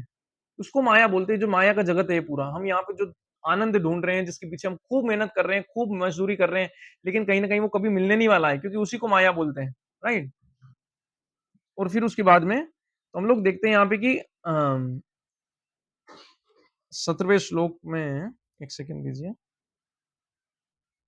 तो इंसान को क्या होता है ना, जब ऐसी अवस्था में हम लोग पहुँचेंगे, जब हम लोग भगवान की भक्ति में, भावना में हमारी चेतना चली जाएगी, तो हमको भक्ति में ही आनंद आने लगेगा। फिर हमको ये जो बाहर की चीज़ें हैं, इनसे ज़्यादा फ़र्क नहीं पड़ेगा। हम लोग क्या है ना, संतुष्ट हो जाएँगे। इस संसार में अगर कोई इंसान संतुष्ट हो जाता है, अगर कोई इंसान अपनी परिस्थिति में खुश रहना सीख जाता है, अरे! तो वो तो बहुत खुश रह लेगा। वो आदमी को कम भी पैसा रहेगा तो भी खुश रह लेगा। उस आदमी को घर वाले थोड़े उसके अच्छे लोग नहीं है तो भी वो खुश रह लेगा। उसकी स्वास्थ्य ठीक नहीं है तो भी वो खुश रह लेगा। अंत में जाके खुशी जीवन वो जी ही लेगा कैसे भी करके। लेकिन एक नॉर्मल आदमी हमेशा इस दुनिया से लड़ता रहता है, झगड़ता रहता है, अपनी परिस्थितियों से लड़ता रहता है। कभी भगवान से ये नहीं करता कि एक्सेप्ट भी करना होता है ना, कुछ चीज़ आपको माननी भी होती है कि ठीक है भई, ये चीज़ मैं चेंज नहीं कर सकता। मेरा जो शक्ल है, इसको मैं अब तो चेंज कर नहीं सकता। भगवान ने जो पैदा करके दिया है वही रहेगी पूरे जीवन। और अगर इंसान उसी के प्रति परेशान होता रहे पूरे जीवन भर कि ये क्या शक्ल है मेरी, क्या शक्ल है मेरी, क्या शक्ल है मेरी, क्या रंग है मेरा, क्या रंग है मेरा, क्या परिस्थितियों में मेरे को गरीब घर में क्यों पैदा किया, क्यों पैदा किया, क्यों पैदा, पूरी ज़िंदगी भर रोता रहेगा, तो जो उसके पास है वो भी खो देगा। ये जीवन जो इतना अमूल्य जीवन है, जो कि आत्म साक्षात्कार के मिला है, वो भी चला जाएगा, ठीक है? तो 18वें श्लोक में हम लोग देखते हैं कि भगवान क्या बोलते हैं कि भगवान एक बहुत अच्छा शॉर्टकट बता रहे हैं यहाँ पे। ये शॉर्टकट अगर हम लोग समझ जाएँ ना, तो हमको काफ़ी मदद मिलने वाली है कि हम लोग को कैसे कर्म करना चाहिए। भगवान बोल रहे हैं कि स्वरूप सिद्ध व्यक्ति के लिए न तो अपने नियत कर्मों को करने की कोई आवश्यकता रह जाती है, न ऐसा कर्म करने का कोई कारण ही रह जाता है। उसे किसी अन्य जीव पर निर्भर रहने की आवश्यकता भी नहीं रह जाती, ठीक है? न ऐसा कर्म न करने का कोई कारण रह, मतलब जो आदमी जो स्वरूप सिद्ध में हो गया है, ठीक है? ना तो उसके पास कोई कारण है अपना काम करने का और ना उसके पास कोई कारण है वो काम नहीं करने का, है ना? उसके पास दोनों ही चीज़ें के लिए भगवान मना कर रहे हैं। भगवान का श्लोक है डायरेक्ट जो वो बोल रहे हैं कि ना तो उस व्यक्ति के पास में कोई भी कारण है उस कर्म को करने का, ना उसके पास कारण है वो कर्म न करने का। इससे क्या समझ में आता है, हम क्या समझें इससे? हम लोग जो अपना काम कर रहे हैं, ठीक है? हम उसको 2 चीज़ें उसमें देखते हैं। एक तो हम लोग किसी चीज़ की प्राप्ति करना चाहते हैं इसलिए वो कर्म कर रहे हैं। जैसे हम लोग कुछ मेहनत कर रहे हैं, कुछ भी हम कमा के ला रहे हैं तो कि हमारा घर चलेगा, वो सब सब कुछ होगा। सेकंड चीज़ हम किस लिए कर रहे हैं कि हमें वो चीज़ या तो अच्छी लगती होगी, कभी नहीं भी अच्छी लगती हो तो भी ज़बरदस्ती करना पड़ता है। जो काम हमको अच्छे नहीं लगते हैं, हम चाहते हैं कि उनको ना करें, ठीक है? लेकिन भगवान बोल रहे हैं कि जो इंसान एक बार स्वरूप सिद्धि में, आत्म साक्षात्कार में हो जाता है, तो उसकी परिस्थिति कुछ ऐसी हो जाती है कि उसको कुछ करने की ज़रूरत नहीं है, उसको भगवान उसका पालन-पोषण कर देंगे। उसको कोई चिंता भी नहीं करनी है। अगर वो आदमी आज कमाना भी बंद कर दे, तो भगवान उसका पालन-पोषण कर देंगे, लेकिन फिर भी वो कमाना बंद नहीं करता है। क्यों? क्योंकि दूसरे लोग उसको देख के सीखेंगे कि देखो, भगवान की भक्ति करके मतलब ऐसे निकम्मे बन जाते हैं। तो इसलिए वो, जबकि उसको कोई कारण नहीं है। उसको ऐसा नहीं है कि वो अगर आज कमाना बंद कर दे, तो भगवान उसको नहीं उसका पालन-पोषण करेंगे। कमाना भी बंद कर दे, तो भी भगवान पालन-पोषण करेंगे। जब भगवान जानवर को सँभाल रहे हैं, छोटे-छोटे चींटियों को, मतलब ऐसा बोला जाता है कि अमावस्या की रात में काले कुएँ में, काले पत्थर पे बैठी काली चींटी को भी भगवान खाने का देते हैं। तो आपको क्यों इतनी चिंता करनी है कि आपको नहीं मिलेगा? जब भगवान उस जानवर का भी इतना ध्यान रख रहे हैं, तो हमारा क्यों ध्यान नहीं रखेंगे? भगवान सबका ध्यान रखते हैं। भगवान एक हाथी को जो कि टनों-टनों में खाता है, उसको भी खाने का पहुँचाते हैं। तो हम जो भगवान के और उच्चतम कोटि के जीव हैं, हमारा क्यों ध्यान नहीं रखेंगे? भगवान तो ध्यान रखते हैं, लेकिन इस मनुष्य जीवन को हम व्यर्थ ना कर दें, इसलिए हमको थोड़ी मुश्किलें देते हैं, कि ऐसे फ्री में सबको खाने का दे दूँगा तो फिर तो हो गया कल्याण। ये लोग ना तो भक्ति में जाएँगे आगे और ये लोग अपना बंटाधार और कर लेंगे। गलत तरीके से करेंगे, आलस आलस जो है आपको तमस में डाल देगा, तामसिक बना देगा। एक बार आदमी तामसिक बन जाए तो फिर तो सारी चीज़ें नेगेटिव में जाने लगती है उसके जीवन में। तो इसलिए भगवान हमको जैसे जानवरों को फ्री में भगवान खाना खिला देते हैं। एक कुत्ते को चिंता करनी पड़ती है कि कल की रोटी कहाँ से आएगी? नहीं करता। उसको फिर भी रोटी मिल जाती है। आराम से उसको रोटी मिलती है। कभी आपने किसी कुत्ते को मरते हुए भी देखा होगा तो कोई बीमारी से मरते देखा होगा। ऐसा नहीं देखा होगा कोई कुत्ता बेचारा भूखा मर रहा है तो मर गया। अरे कोई ना कोई उसको दे ही देता है रोटी। तो जब भगवान ऐसे एक-एक जीव की इतनी चिंता कर रहे हैं, कभी आपने देखा कि आपके यहाँ पे चींटी कोई भूख से मर गई हो घर में? वो कभी पेड़ के नीचे आके मर सकती है पर भूख से कभी नहीं मरेगी। भगवान आपसे किसी भी तरीके से कुछ न कुछ अन्न का दाना गिरा देंगे और वहाँ चींटी को पहुँचा भी देंगे। मतलब लोग तो इतना तक सोचने लग जाते हैं कि अरे चींटियाँ शायद पैदा हो जाती है, चींटियाँ पैदा हो जाती है अचानक से जहाँ मीठा गिर जाए। लेकिन ऐसा नहीं है, चींटियाँ कहीं पैदा नहीं होती, वो पहले से रहती हैं। भगवान उनको अंदर से परमात्मा रूप में बैठे रहते हैं हृदय में, प्रेरणा करते हैं कि वहाँ जाओ, वहाँ खाने का पड़ा हुआ है। और वो उनको उनकी इंद्रियों के माध्यम से वो लोग सूँघ के वहाँ पे चले जाते हैं। लेकिन प्रेरणा अंदर से भगवान करते हैं। अगर भगवान प्रेरणा ना करें, तो हम कुछ भी नहीं कर पाएँ। भगवान अंदर से प्रेरणा करते हैं, तभी हम कुछ एक्शन भी ले पाते हैं, ठीक है? तो इससे हमको क्या समझ में आया कि जो एक आदमी आत्म साक्षात्कार के लिए पहुँच चुका है, ना तो उसे किसी चीज़ से घृणा है, मतलब कोई उसको काम करना भी पड़ रहा है जो उसको नहीं पसंद है, तो भी उसको कोई कोई मतलब उसको नापसंद, पसंद से फ़र्क ही नहीं पड़ता। वो अंदर इतना संतुष्ट है, आप सोचिए कितना दिव्य जीवन है ये, कि हम जो काम कर रहे हैं, उससे क्या मिलेगा उसकी चिंता नहीं, क्योंकि पता है भगवान सँभालेंगे, है ना? और हम काम कर रहे हैं, उसमें हमको आनंद आता हो, नहीं आता हो, उससे भी फ़र्क नहीं पड़ता। ऐसा इंसान बिल्कुल ड्यूटीफुली अपना काम कर सकता है। बिल्कुल लगन से अपना काम कर सकता है। क्यों? क्योंकि उसको कोई चिंता नहीं, वो भगवान पे भरोसा करता है ना, भगवान के बताए अनुसार जीवन जी रहा है, उसको पूरा भरोसा है भगवान मुझे मेंटेन करेंगे। मैं जहाँ काम कर रहा हूँ, जो भी हो रहा है, कल को वो कंपनी भी बंद हो जाए, कुछ भी हो जाए, मुझे भगवान सँभालेंगे, क्योंकि मैं उनका भक्त हूँ, मुझे चिंता करने की ज़रूरत नहीं। जब भगवान जानवरों को सँभाल रहे हैं, क्या मुझे नहीं सँभालेंगे? मैं तो उनका नाम जप भी करता हूँ, मैं तो भगवान की भक्ति भी करता हूँ, राइट? तो ऐसा इंसान धीरे-धीरे तो ये जो चेतना है हमारी, इसका थोड़ा-थोड़ा अंश हमको दिखने लगेगा। जब हम लोग भक्ति करने लगेंगे तो थोड़ा-थोड़ा, थोड़ा-थोड़ा हमारी चेतना विकसित होगी और एक्चुअली में हमको अनुभव होना शुरू हो जाएगा कि हाँ यार, शांति आने लग गई। हाँ यार, अब चिंताएँ कम होने लग गई। जो चीज़ें पहले बहुत नफ़रत करते थे करने से, अब थोड़ा-थोड़ा आसान लगने लग गया करना। पहले सुबह उठना बहुत भारी काम लगता था, अब सुबह उठना नेचुरल लगने लग गया। ये सारी चीज़ें क्या है? ये सारी चीज़ें इस बात का प्रमाण है कि आप आत्म साक्षात्कार की तरफ बढ़ रहे हो। आत्म साक्षात्कार की तरफ आप बढ़ते रहो, इसी मार्ग पे बढ़ते रहो तो धीरे-धीरे, धीरे-धीरे आप उस जगह पहुँच जाओगे जहाँ पे कि आपको पूरा पता चल जाएगा कि मैं आत्मा हूँ, भगवान मेरे स्वामी हैं, मुझे उनकी सेवा करनी है और इसमें मुझे दिव्य आनंद मिलेगा। इस जीवन में भी सेवा करनी है और यहाँ से जाने के बाद भी परम धाम में भगवान के पास जाना है। ठीक है? तो उसके बाद में हम लोग देखते हैं कि 19th जैसे ये जो होता है ना, जैसे ये जो हमने बोला ना कि उस आदमी को करने की कोई ज़रूरत नहीं रह जाती, फिर भी वो करता है। आपको पता है कि जब कोई लोग ऐसे रेज़िडेंशियल स्कूल्स में रहते हैं, जैसे कि जहाँ पे कि बच्चों को रखा जाता है, वहीं पे बच्चे खाते-पीते सब कुछ मतलब अंदर ही रहते हैं, अपने घर नहीं जाते, अंदर ही रहते हैं। तो वहाँ पे एक चीज़ होती है ऑन ड्यूटी, मतलब नॉर्मल स्कूल में भी होती है। जैसे आप गेम्स के लिए कहीं बाहर गए 15 दिन के लिए, 20 दिन के लिए, गेम्स के लिए गेम खेलने के लिए, मान लो खो-खो में, मान लो टेबल टेनिस में, क्रिकेट में आपको आपके स्कूल ने बाहर भेजा 15-20 दिन के लिए, ठीक है? अब मुझे बताइए कि 15-20 दिन के लिए अगर आपके स्कूल ने आपको बाहर भेजा, तो उस समय तो आपकी अटेंडेंस तो लगी नहीं, लेकिन फिर भी आपको एब्सेंट मार्क नहीं होगी वहाँ पे। क्यों ए एब्सेंट मार्क नहीं होगी? क्योंकि स्कूल ने भेजा ना आपको। स्कूल ने भेजा, स्कूल के काम से आप गए। तो वहाँ पे आपकी क्या लिखती है ओडी, ओडी मतलब ऑन ड्यूटी कि वो आदमी स्कूल के काम से बाहर गया है, स्कूल ने भेजा इसलिए गया है। जबकि आदमी उसका कर्तव्य क्या है, एक छात्र का कर्तव्य क्या है? क्लास में बैठ के पढ़ाई करना। अब आप देखो वो छात्र तो मज़े कर रहा है बाहर, खूब घूम रहा फिर रहा है, लेकिन फिर भी उसकी एब्सेंट नहीं लग रही। तो ये क्या दिखाता है कि भगवान के भक्तों को करने की कोई ज़रूरत नहीं है। ऐसा नहीं है कि भगवान के भक्त को जो एकदम परम भक्त बन जाते हैं ना, उनको कुछ काम करने की ज़रूरत नहीं, भगवान उनको खाना-पीना सब दे देंगे। लेकिन फिर भी वो कर्म करना रोकते नहीं है, नहीं तो दूसरे लोग उनको देख के निकम्मे बन जाएँगे। उनको तो पता नहीं चलेगा कि ये किस अवस्था में है और वो क्या सोचेंगे कि हम भी ऐसा करने लग जाते हैं।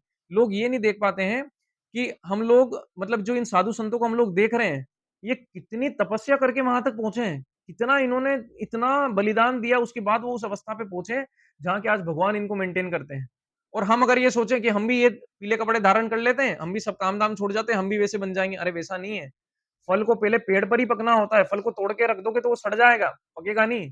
तो फल को पहले पेड़ पे ही, उसका मतलब ये है कि जब तक हम लोग हमारे जिस भी धर्म में मतलब जिस भी कर्म में भगवान ने हमको लगाया है, वेदों के अनुसार, शास्त्रों के अनुसार, वैश्य, क्षत्रिय, शूद्र, ब्राह्मण जो भी, उसको हम लोग करें अच्छे से और साथ-साथ में भक्ति करें, तो एक दिन ऐसी दिव्य अवस्था प्राप्त हो जाएगी कि आपके कर्म करते-करते आपको पूरा भरोसा हो जाएगा कि भगवान मेरे को मेंटेन कर रहे हैं। मेंटेन मतलब कि भगवान मेरा पालन-पोषण कर रहे हैं, मुझे कोई चिंता नहीं करनी है।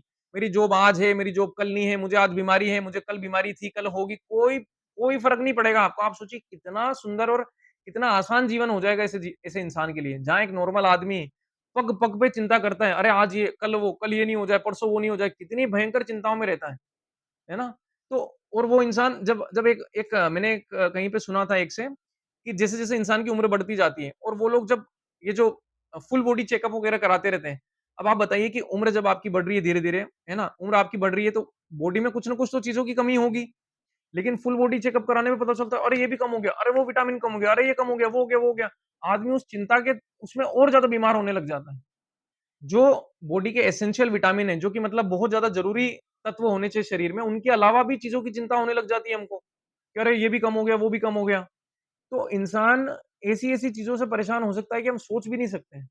इतनी उल्टी-सीधी चीज़ें हमारे जीवन में आ सकती है कि हम सोच भी नहीं सकते हैं, लेकिन जब वो आती है तो फिर हम परेशान भयंकर होते हैं। फिर पूरे जीवन ऐसा लगता है कि यार ये बहुत मुश्किल जीवन है। तो भगवान ने तो बोला ही था कि दुखालय म शाश्वतम, लेकिन हमने ही यहाँ आनंद खोजने की कोशिश करी और इसकी वजह से इस दुनिया का सबसे बड़ा भ्रम है यहाँ पे आनंदित रहने की कोशिश करना। इस संसार में आनंद रहने की या इस संसार में खुश रहने की कोशिश करना सबसे बड़ा भ्रम है। इस संसार का परम जो हमारा उद्देश्य होना चाहिए वो होना चाहिए भगवत प्राप्ति, कि कैसे भी भाई यहाँ से निकलें हम। यहाँ फँसने की ज़रूरत नहीं है, यहाँ से निकलना ही परम उद्देश्य होना चाहिए। तब जाके हम जो भी करेंगे वो सही डायरेक्शन में हम लोग कर पाएँगे। ठीक है? तो 1 सेकंड रुकिए।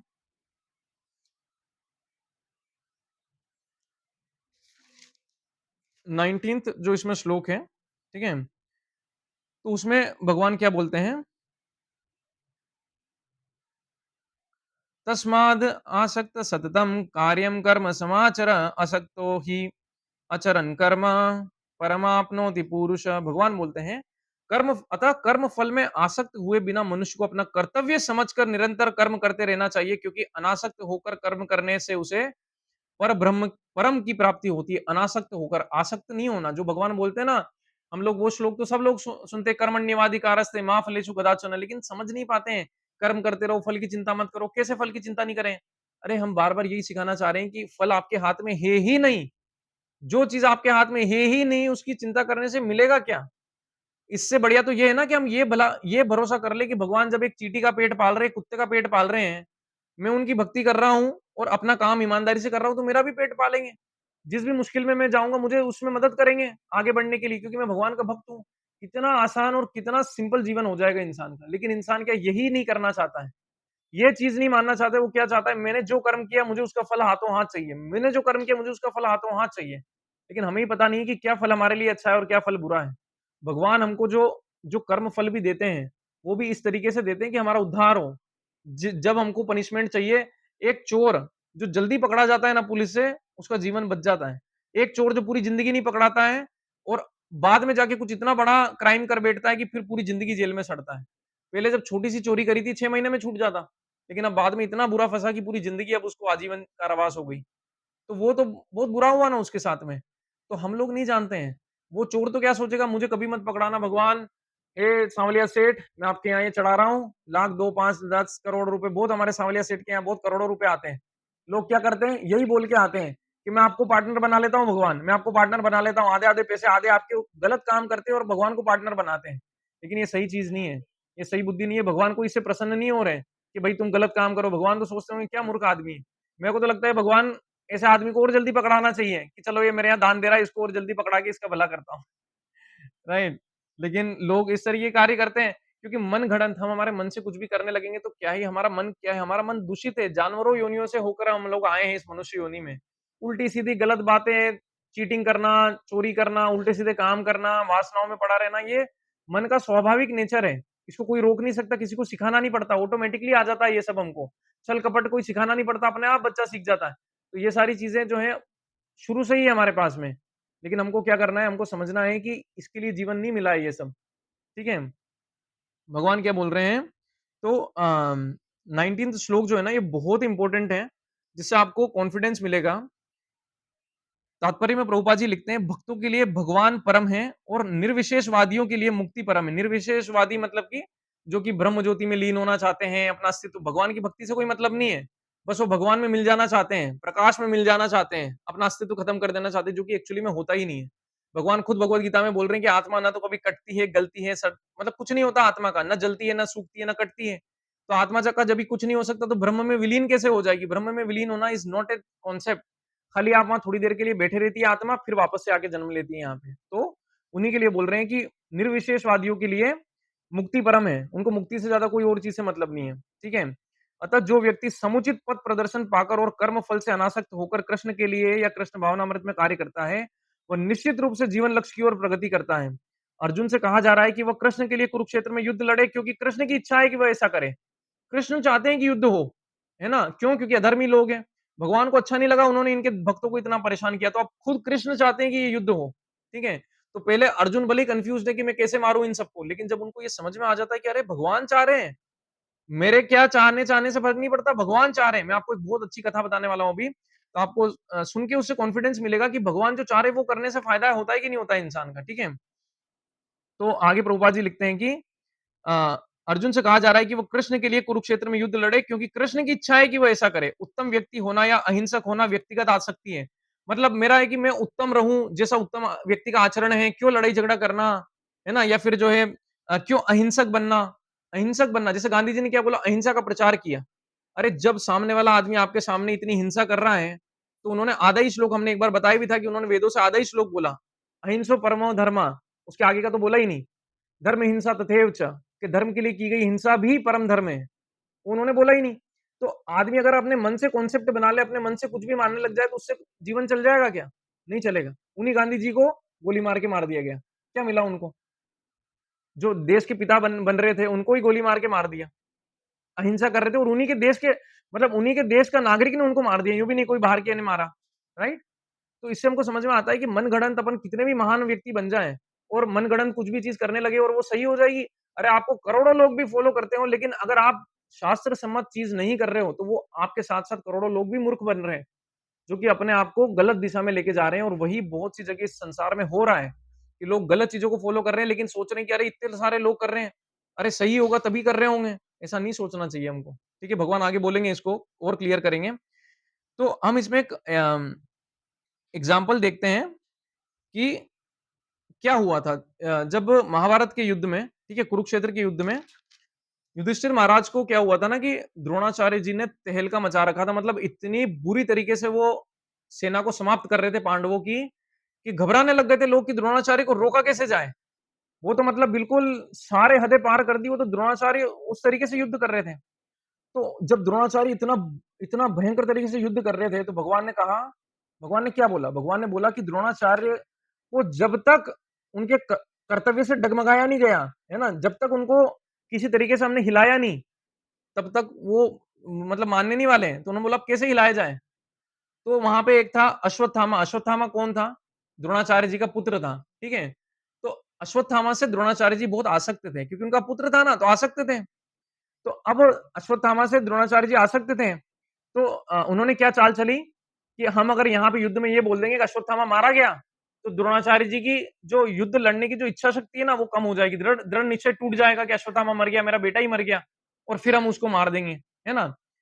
ऐसा चाल चली। तो भाई ये चीज पूरी तरीके से झूठ नहीं हो, इसके लिए क्या किया? भीम ने अश्वत्थामा नाम के हाथी को भी मार दिया। ठीक है? और भीम ने कर दिया, अश्वत्थामा मारा गया।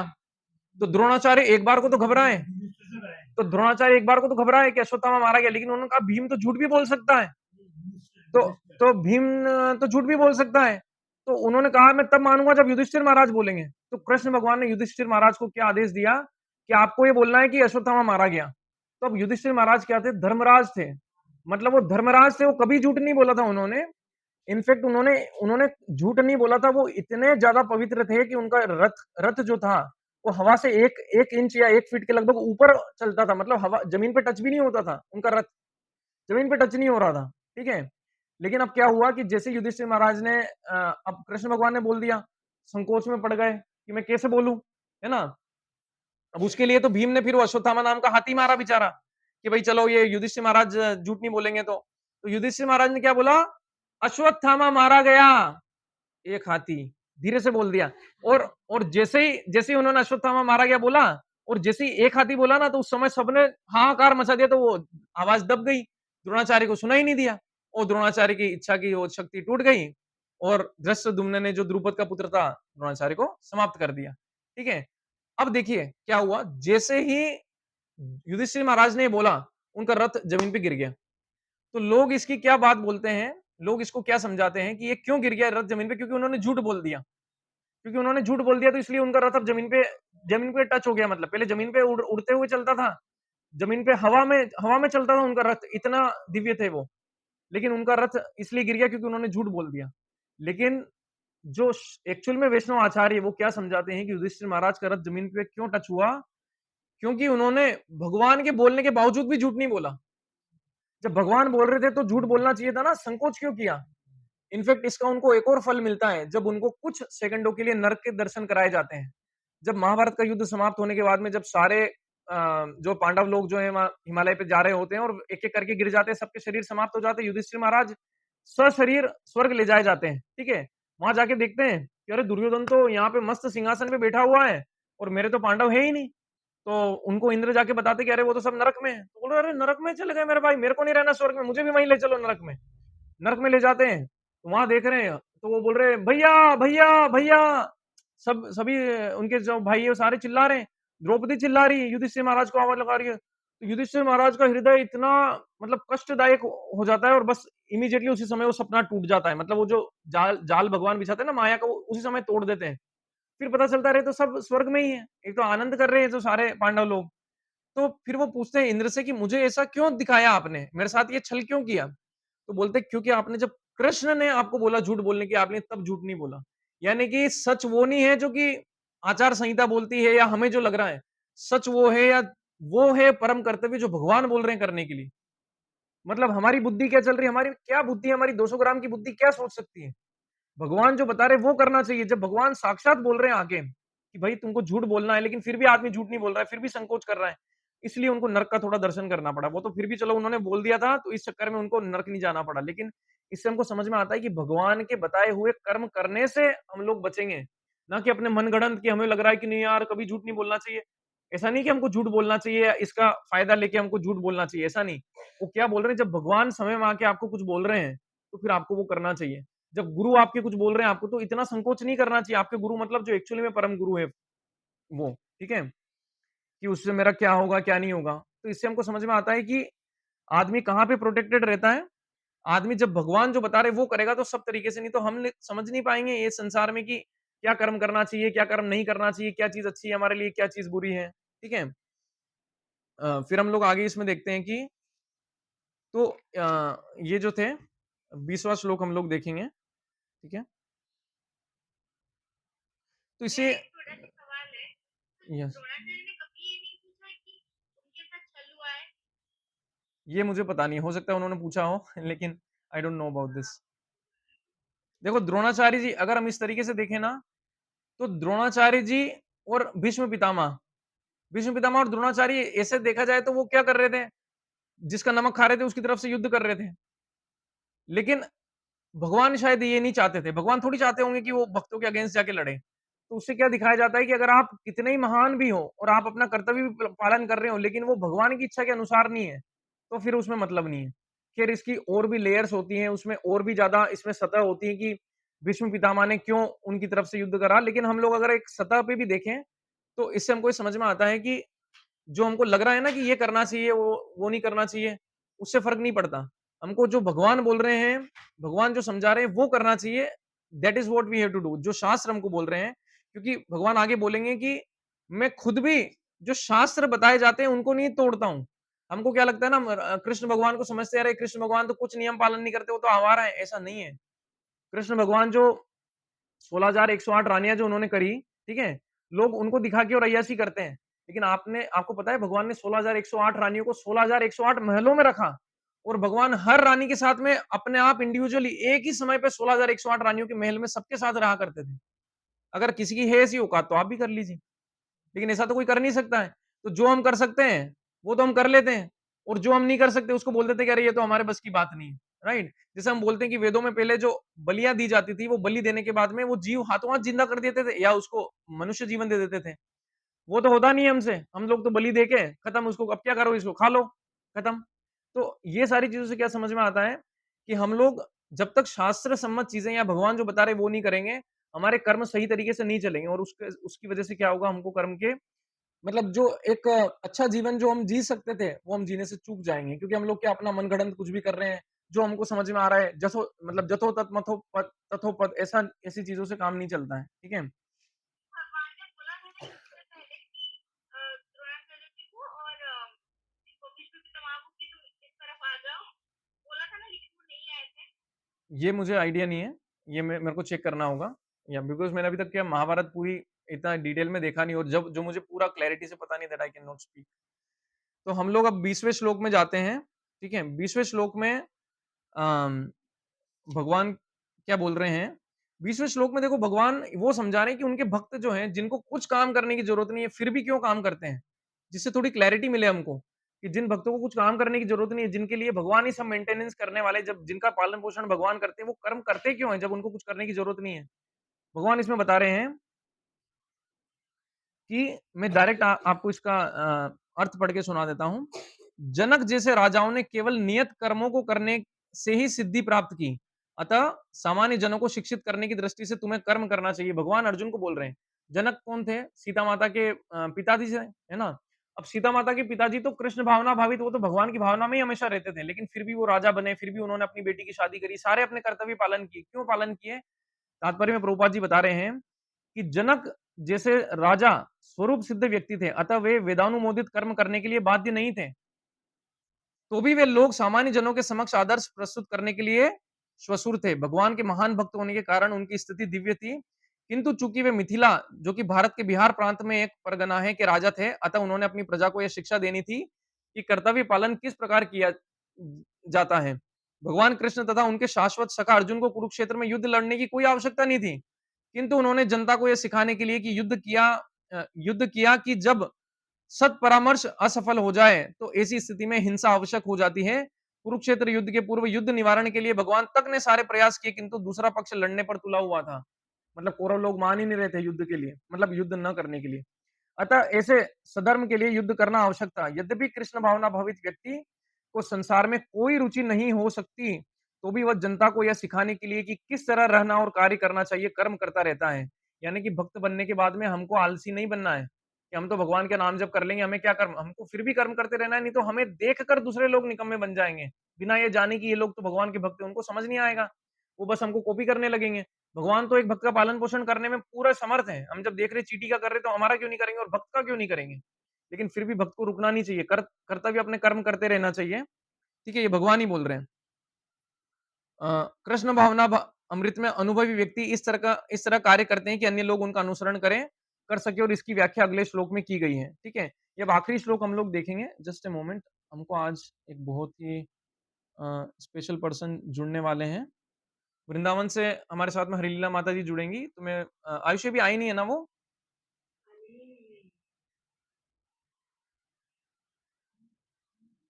Yes, she'll join in 5 minutes. ठीक है, okay, so we can continue till then. तो हम लोग बोलेंगे कि मतलब 21वां श्लोक हम लोग देखते हैं, ठीक है, कि भगवान 21वें श्लोक में क्या बोल रहे हैं। ये एक्चुअली बहुत इंपॉर्टेंट श्लोक है।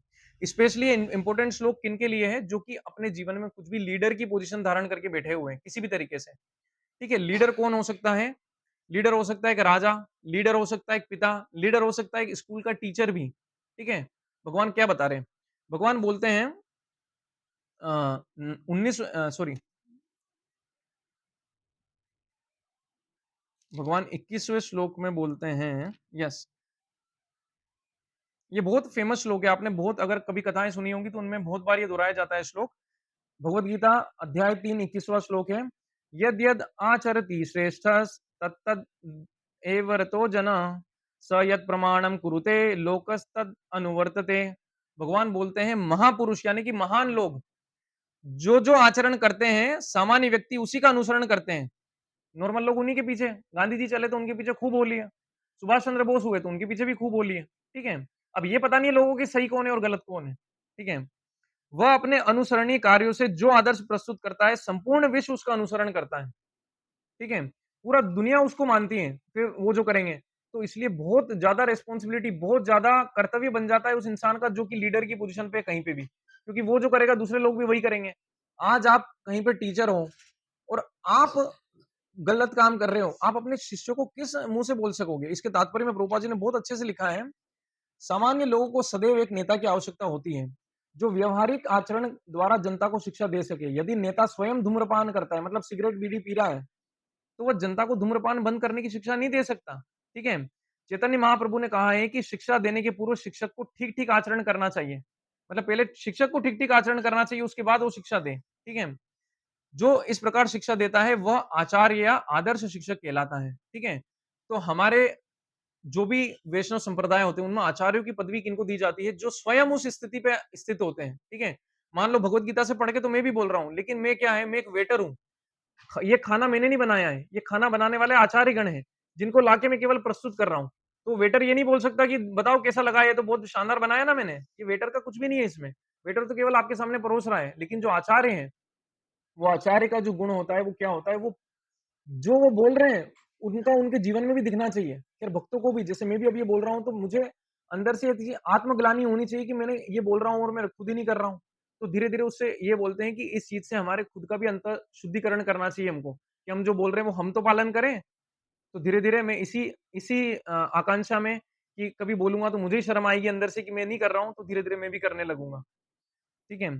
तो आगे प्रभुपाद जी लिखते हैं तात्पर्य में, अतः शिक्षक को चाहिए कि सामान्य जन को शिक्षा देने के लिए स्वयं शास्त्रीय सिद्धांतों का पालन करे, ठीक है? जो व्यक्ति अपनी उन्नति चाहता है, उसे महान शिक्षकों द्वारा अभ्यास किए जाने वाले आदर्श नियमों का पालन करना चाहिए। श्रीमद् भागवत भी इसकी पुष्टि करता है कि मनुष्य को महान भक्तों के पद चिन्हों का अनुसरण करना चाहिए और आध्यात्मिक बोध के पथ में प्रगति का यही साधन है। चाहे राजा हो या राज्य का प्रशासन अधिकारी, चाहे पिता हो या शिक्षक, ये सब अबोध जनता के स्वाभाविक नेता माने जाते हैं। इन सबका अपने आश्रितों के प्रति महान उत्तरदायित्व रहता है। अतः इन्हें नैतिक तथा आध्यात्मिक संहिता संबंधी आदर्श ग्रंथों से सुपरिचित होना चाहिए। यानी कि राजा, घर का पिता और स्कूल का टीचर, ये तो 3 बोले हैं, लेकिन उसके अलावा भी ऐसा नहीं कि माता कुछ भी कर सकती है, ऐसा नहीं। माता जो करेगी फिर बच्चा वही देखेगा, राइट? तो हम लोग आजकल क्या देखते हैं कि हम अपने बच्चों को किस तरीके से गलत चीज़ों का सेवन करने से रोकें, जब हम खुद उनके सामने कर रहे हैं। और भगवान इस बारे में साक्षात बोल भी रहे हैं कि ऐसा नहीं करना चाहिए। अर्जुन को क्या बोल रहे हैं? अगर तुम युद्ध छोड़ के चले जाओगे तो सारे क्षत्रिय क्या बोलेंगे? हम भी छोड़ देते, क्या मतलब है लड़ाई झगड़ा करने से? जहाँ हमसे नहीं बन रही चलो छोड़ो, भाग जाओ युद्ध छोड़ के जंगल में चले जाओ, कौन मरे यहाँ युद्ध में? लेकिन भगवान ये ऐसे आदेश नहीं देना चाहते हैं कि तुम तो भक्त हो लेकिन दूसरे लोग समझेंगे नहीं। यानी कि ये जो लोग हैं, हम लोग जो भी लीडर हैं, जो भी लीडर की पोज़ीशन में, एक नेता की पोज़ीशन पे है, अगर वो गलत कर्म करता है, तो उसके गलत कर्म करने से उसके नीचे वाले भी गलत कर्म करेंगे और वो कभी उनको बोल भी नहीं पाएगा रोकने के लिए। कैसे बोलेगा? वो खुद ही गलत कर्म कर रहा है। आज हम लोग कुछ गलत चीज़ कर रहे हैं, कुछ नशा कर रहे हैं किसी भी तरीके का, हम अपने बच्चों को कैसे रोकेंगे? और एक दिन ऐसा आएगा वो हमारे मुँह पे बोलेंगे, "जब आप करते हो तो मेरे को कैसे रोक सकते हो?" और फिर हम कुछ नहीं कर पाएँगे। हम कुछ बोलने के भी नहीं रहेंगे और उसी से आप ये देखोगे कि जिन घरों में नशा बिल्कुल बंद रहता है, उन घरों में बच्चे भी नशा जनरली नहीं करते। उनको पता है कि हमारे घर में नहीं चलता है ये। ऐसा बोलते हैं ना, हमारे घर में नहीं चलता है। लेकिन फिर किनके घर में चलता है? जहाँ माँ-बाप थोड़ा भी कुछ करते हैं। फिर वो बच्चा क्या है, अरे वो भी तो कर रहे हैं, थोड़ा मैंने थोड़ा और ज़्यादा कर लिया, क्या फ़र्क पड़ रहा है? लेकिन ऐसा नहीं करना चाहिए क्योंकि हम अगर ऐसा कर रहे हैं, तो हम उनको सबकॉन्शियसली, मतलब उस जो अवचेतन मन में उनके ये दे रहे हैं कि हाँ, तुम भी कभी कर सकते हो, तुम भी मज़े के लिए ये सब खा पी सकते हो, ये सब कर सकते हो। ये सब ठीक चीज़ें नहीं है। ये जब हम करेंगे तो उनको कैसे हम लोग सिखाएँगे? ठीक है? उसके बाद में जैसे कि आजकल गाली देना बहुत नॉर्मल बात है ना? लोग मतलब ऐसे फैशन में गाली देते रहते हैं। क्या आपको पता है कि गाली देना जो हम इतना नॉर्मल समझते हैं, मैं भी जैसे इसको पहले बहुत नॉर्मल समझता था, हाँ ठीक है, गाली देने में क्या दिक्कत है, हम किसी को मार थोड़ी रहे हैं। लेकिन गाली देने से, हर बार गाली देने से हमारी चेतना गंदी होती है। जितनी हमारी चेतना गंदी होगी, उतना ही हमारा भगवान के धाम में जाना मुश्किल हो जाएगा। हम जितनी गाली देंगे, आज जहाँ पे माँ-बाप गाली दे रहे हैं, उनके बच्चे गाली भी देंगे। माँ-बाप उनको रोक नहीं पाएँगे, वो बोलेंगे तुम भी तो गाली देते हो, हमको कैसे रोक रहे हो? राइट? तो जब माँ-बाप गाली देंगे तो बच्चों को रोक नहीं पाएँगे, फिर वो बच्चे भी गाली देंगे, तो आप ये सोचिए कि घर का एक ऐसा वातावरण बन जाएगा जहाँ माँ-बेटे और बच्चे आपस में गाली-गलौज कर रहे हैं। तो एक तो उनका वहाँ पे तो अशांति फैली, वो तो हुई, ठीक है? लेकिन उसके साथ-साथ में क्या दिक्कत हुई कि वो आगे जो आत्म साक्षात्कार का मार्ग है, आत्म साक्षात्कार तो दूर-दूर की बात है, वो तो सात्विक तक नहीं बचेंगे लोग जो गाली-गलौज करेंगे। है ना? तो इसलिए क्या सबसे बड़ा कर्तव्य क्या होता है? घर के पिता पे ये कर्तव्य होता है कि वो ऐसे गलत आचरण ना करे जिससे कि बाद वाले लोग ऐसे सब काम करने लगे। और वो कभी उनको रोकने का भी नहीं रहे, किस मुंह से रोकेगा, खुद ही कर रहा है, राइट? तो ये सब करने से, क्योंकि आपको पता है जो भक्ति हम लोग जो कर रहे हैं, इस भक्ति का केवल एक ही मतलब, प्रभुपाद जी से एक ने पूछा कि प्रभुपाद जी मुझे आप एक लाइन में बता दीजिए कि एक अच्छे भक्त, कोई एक अच्छा भक्त है, उसकी क्या पहचान होगी, मैं कैसे मानूं कि ये आदमी अच्छा भक्त है? तो प्रभुपाद जी ने एक लाइन में क्या बोला, he will be a perfect gentleman. मतलब वो आदमी बिल्कुल संपूर्ण तरीके से, क्या बोल सकते हैं, मतलब सदाचारी व्यक्ति होगा। हरे कृष्ण माता जी, धन्यवाद, प्रणाम। सो हरिलीला माता जी has joined us. माता जी, I'll just finish in 2 minutes. No, no, Yes, take your time, take your time. just 2 minutes. Yeah. So मैं भूल गया हूँ, मेरे खुद के गुरु यहाँ पे आए हैं, तो हमको मतलब कैसा आचरण करना चाहिए, जो कि हम अपने नीचे वालों से भी चाहते हैं, क्योंकि भगवत धाम अगर हमको जाना है, तो हमारा ये जो भक्ति जो है, ये भक्ति क्या है, ये अच्छा बनने की ट्रेनिंग है। इतना अच्छा बनने की ट्रेनिंग, मतलब उसको क्या बोलते हैं कि आप बिल्कुल एक तिनके के समान बन जाओ, कि अगर कोई आपके ऊपर पैर रखे तो आप झुक जाओ। अगर कोई ऐसा पौधा रहता है जो कि झुकता नहीं है, तो वो क्या टूट जाता है। तो हम लोग ऐसे बने, और पेड़ की तरह तो हम लोग सहिष्णु बने, मतलब पेड़ की तरह तो हम लोग ऐसे बने कि कुछ भी सहन कर लें। सर्दी, बारिश, गर्मी, हर चीज़ सहन करके पेड़ खड़ा रहता है। और तिनके की तरह हम लोग विनम्र बन जाएँ कि हम कभी भी जब कोई पैर रखे तो हम झुक जाएँ। तो ये जो आचरण होगा ना, तब जाके हम भगवान को परम मान के और भगवान के धाम में निवास कर सकेंगे। जब तक ऐसी अवस्था में हम लोग नहीं पहुँचेंगे इस जीवन में, भगवत धाम जाना तो बहुत दूर-दूर की बात है, वो तो अभी आई भी नहीं चर्चा में। मतलब हमको हमारा स्वभाव जो हम सोचते हैं ना, मैं तो नाम जप कर रहा हूँ, नाम जप कर रहा हूँ, नाम जप कर रहा हूँ, स्वभाव सुधारने की क्या ज़रूरत है? हालाँकि नाम जप से आपका स्वभाव ऑटोमैटिकली बेटर होता चला जाएगा, लेकिन आपको थोड़ा-थोड़ा अपने स्वभाव पे भी कंट्रोल, गाली-गलौज करना बंद करना पड़ेगा। आपको गलत काम करना, किसी को चीटिंग करना, ये सब करना बंद करना पड़ेगा, क्योंकि भगवत धाम में किसको चीटिंग करोगे? वहाँ तो कृष्ण है और कृष्ण के भक्त हैं। तो वो क्या ये चाहेंगे कि आप वहाँ जाके उल्टा-सीधा बोलो इनके भक्तों से? नहीं। जब तक हम लोग यहाँ पे परफेक्ट नहीं हो जाते, भगवान वहाँ जाने नहीं देंगे हमको। तो जब तक हम लोग, जो हमारे बड़े वैष्णव जन हैं, हरिलीला माता जी जैसे हैं, इनकी तरह हम लोग नहीं बन जाते, तब तक हमारा कोई उद्धार होने की आवश्यक, मतलब वो, मतलब कोई चांस नहीं है कि हम लोग भगवत धाम जाने के पात्र बन सकें। हाँ, तो वही मैं बता रहा था कि प्रभुपाद जी ने यही बताया कि भक्त को पहचानने का यही लक्षण है कि वो मतलब परफेक्ट जेंटलमैन होगा या परफेक्ट जेंटल वुमेन, मतलब कि उसको जेंटलमैन को क्या बोलते हैं, मतलब एक सदाचारी व्यक्ति, पूरा तरीके से, संपूर्ण तरीके से सदाचारी होगा वो।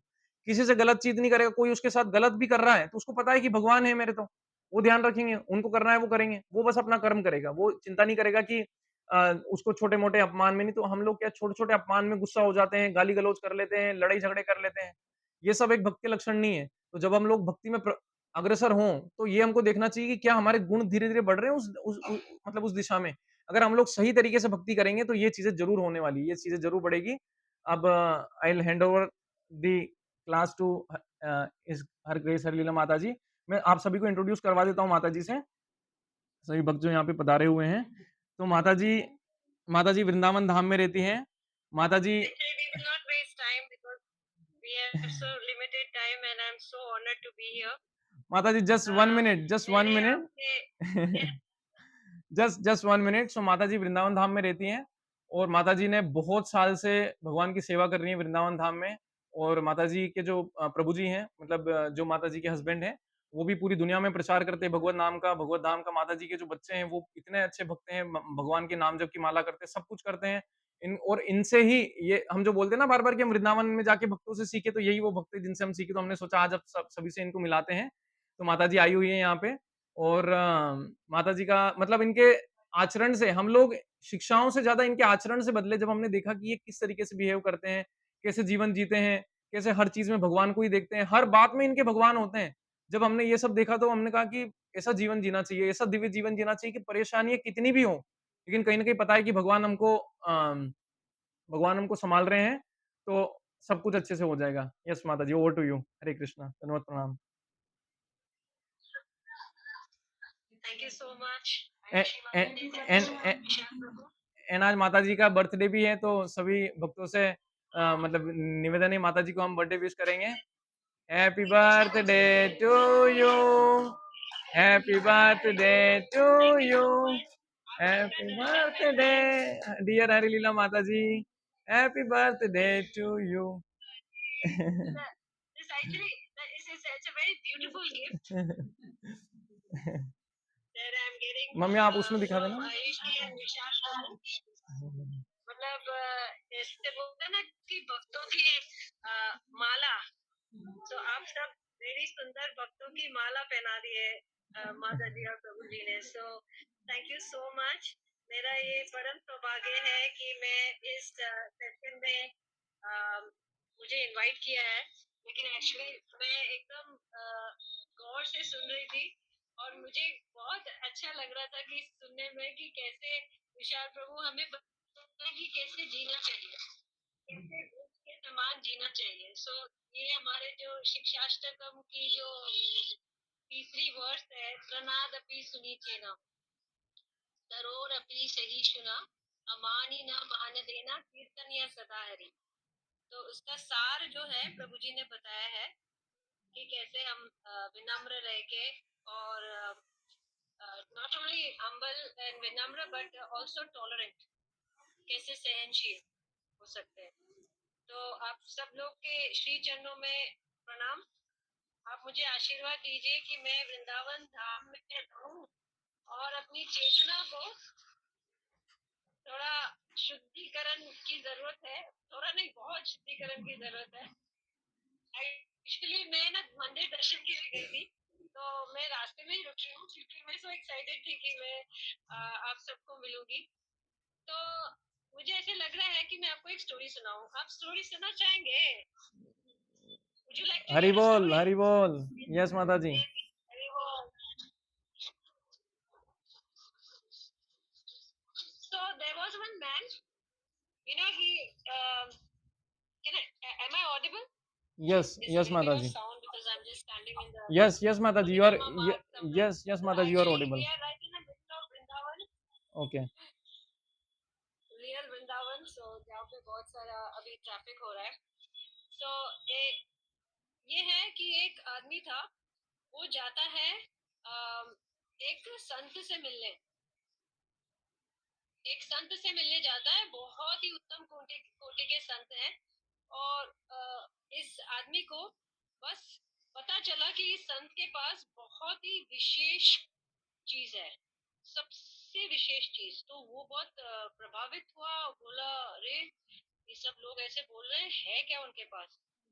तो वो गए उनके पास गए तो उन्होंने उनको कान में हरे कृष्णा का महामंत्र दिया। तो बोला बस यही विशेष, ये आपके पास यही है? तो उन्होंने बोला हाँ मेरे पास ये है, तो आप इसको जप कीजिए। और लाइक व्हाट, सिर्फ हरे कृष्णा महामंत्र? आई मीन हरे कृष्णा कृष्णा कृष्णा हरे हरे, हरे राम राम राम हरे हरे। सो ये 16 अक्षर और ये 32 ध्वनि, 32 syllables एंड 16 वर्ड्स का जो हरे कृष्ण महामंत्र था, वो उनको ऐसे दे दिया। So the sant immediately thought that I don't think he is able to understand the value of this. So he said, okay, you come back tomorrow.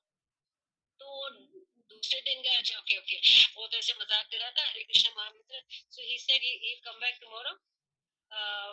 So while that guy was going, what he did, माता जी Hindi, he माता started ji, chanting the, माता जी Hindi please. sorry, okay, माता जी actually sorry, foreigner है, मैं थोड़ा लेकिन अब अंग्रेजी में सोचती हूँ, फिर ट्रांसलेशन होते होते मैं भूल जाती हूँ। तो जैसे ही उसको हरे कृष्ण महामंत्र की बारे में पता चला, तो वो हरे कृष्ण महामंत्र मतलब जा रहा था, तो वहां से रिक्शा लिया, तो रिक्शा वाला भी हरे कृष्णा कृष्ण कृष्ण हरे हरे, हरे राम राम राम हरे हरे। रिक्शा वाला भी पता था हरे कृष्ण महामंत्र से। ये तो मुझे लगा मेरे लिए ये मेरा सीक्रेट है, तो ये सीक्रेट तो इसको भी पता है, हरे कृष्ण कृष्ण हरे हरे, हरे राम राम हरे हरे।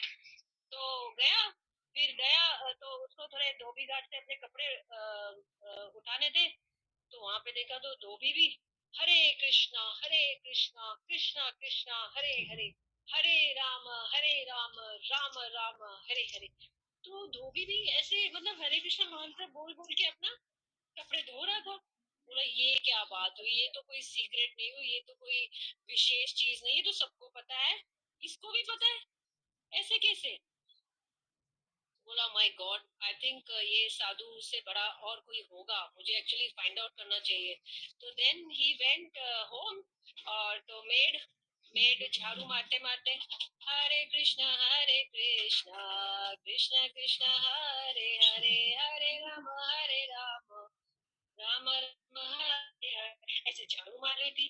तो इसको इतना अजब लगा कि ये तो मेरी काम वाली, इसको भी पता है हरे कृष्ण महामंत्र, और मुझे आज पता चला ये टॉप मोस्ट सीक्रेट, और ये टॉप मोस्ट सीक्रेट सीक्रेट नहीं रहा, सबके पास है। So again you know in the morning he again got very curious, वो बहुत ही उतावले हो गए और फिर से गए साधु के पास। साधु जी आपने कौन सा मंत्र दे दिया, ये तो सबके पास है।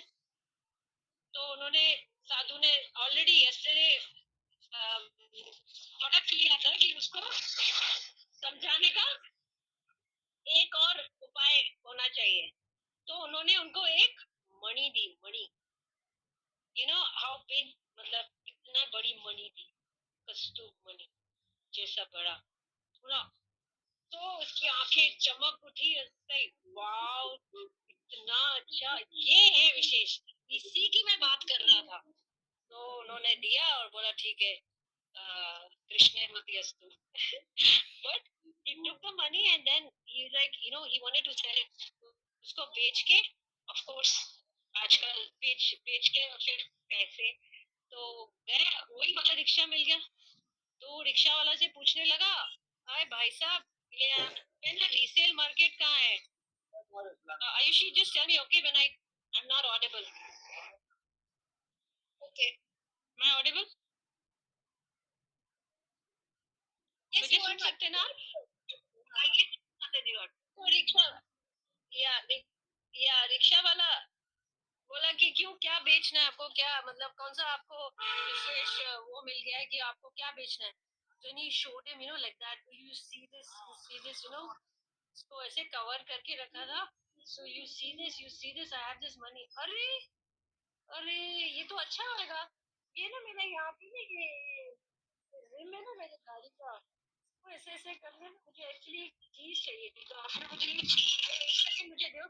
So he took the money and he was using it as a stone to put his, you know, rim को थोड़ा वो टायर निकल गया था, तो उसको ऐसे ऐसे वो टायर, वो मणि को लेके वो ऑटो वाला टायर ठीक करने के में इस्तेमाल करने लग गया। तो ये एकदम शॉक्ड हो गए कि कैसे, तो ये चौंक गया कि ये क्या कर रहा है मणि को लेके। पता नहीं है, ये एक मणि है और ये बहुत ही वैल्यूबल चीज है, उसको किस कार्य में लगा रहा है?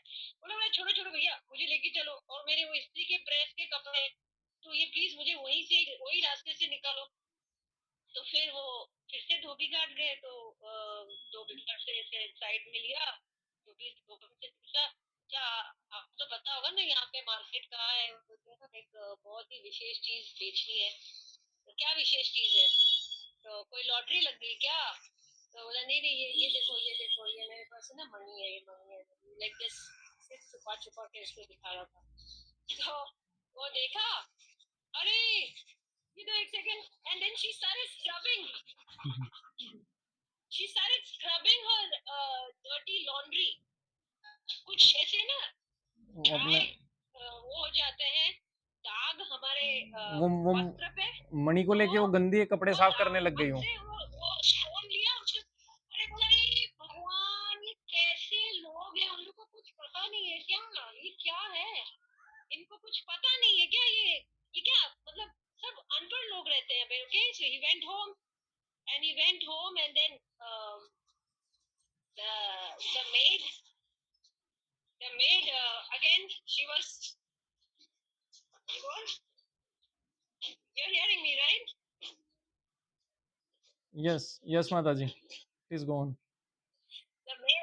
तो मेड गए और मेड को फिर then he actually had to reveal his heart that you know मैं यहाँ पे आया और मैं यहाँ से ये मनी लिया, और गुरुजी ने हमें मनी दिया है, लेकिन यहाँ पे तो कोई दुकानें हैं नहीं।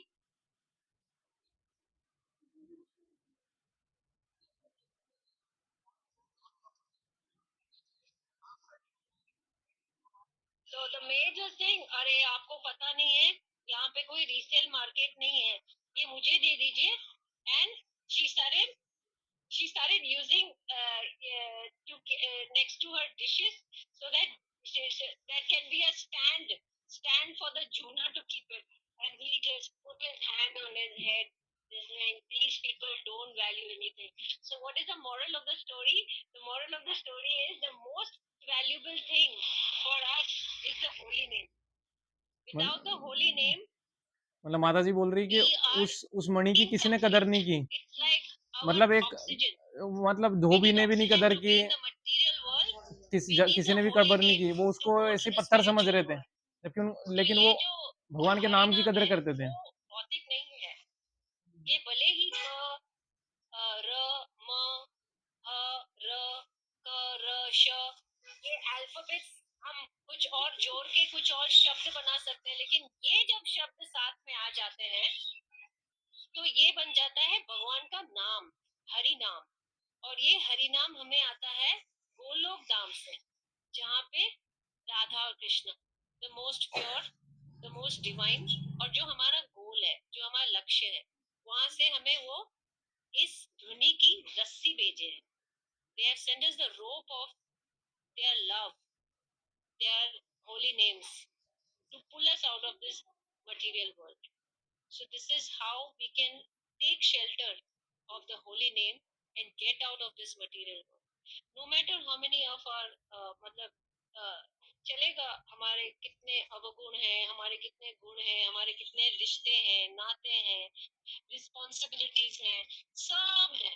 सबके होते हुए हमें हरि नाम का सहारा लेना है, और हरि नाम से ही हमें आगे भौतिक विषयों से, भौतिक परिस्थितियों से, तीन गुणों से ऊपर उठ के हमें अपने जो आध्यात्मिक जीवन है उसके उसके उसके लिए हमें समय निकाल के हमें इस पाथ पे बहुत तीव्रता से चलना है.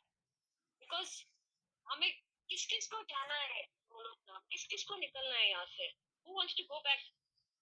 हाथ खड़े करो. Back to Krishna, where there is no birth, where there is no death, there is no old age, there is no disease. जन्म, मृत्यु, जरा, व्याधि, ये सब है ही नहीं उधर. तो किसे जाना है उधर? Who all wants to go? Raise your hands. Can you electronically raise your hands? Everybody. I don't see any hands. माता I ji, saw see one hand. so many hands here. Yes. Oh, those hands are already belonging to Vrindavan. I want to Yeah. see the other hand. तो जिन जिन को भी जाना है तो हरि नाम का सहारा लेना है. If you can take, अगर आप थोड़ा समय देकर हरि नाम को ले और सिंसियरिटी से ले, 2 माला, 4 माला, जितनी भी माला कर सकते हैं वो करके आपका जो भी दिनचर्या है वो कर सकते हैं. So this was my message.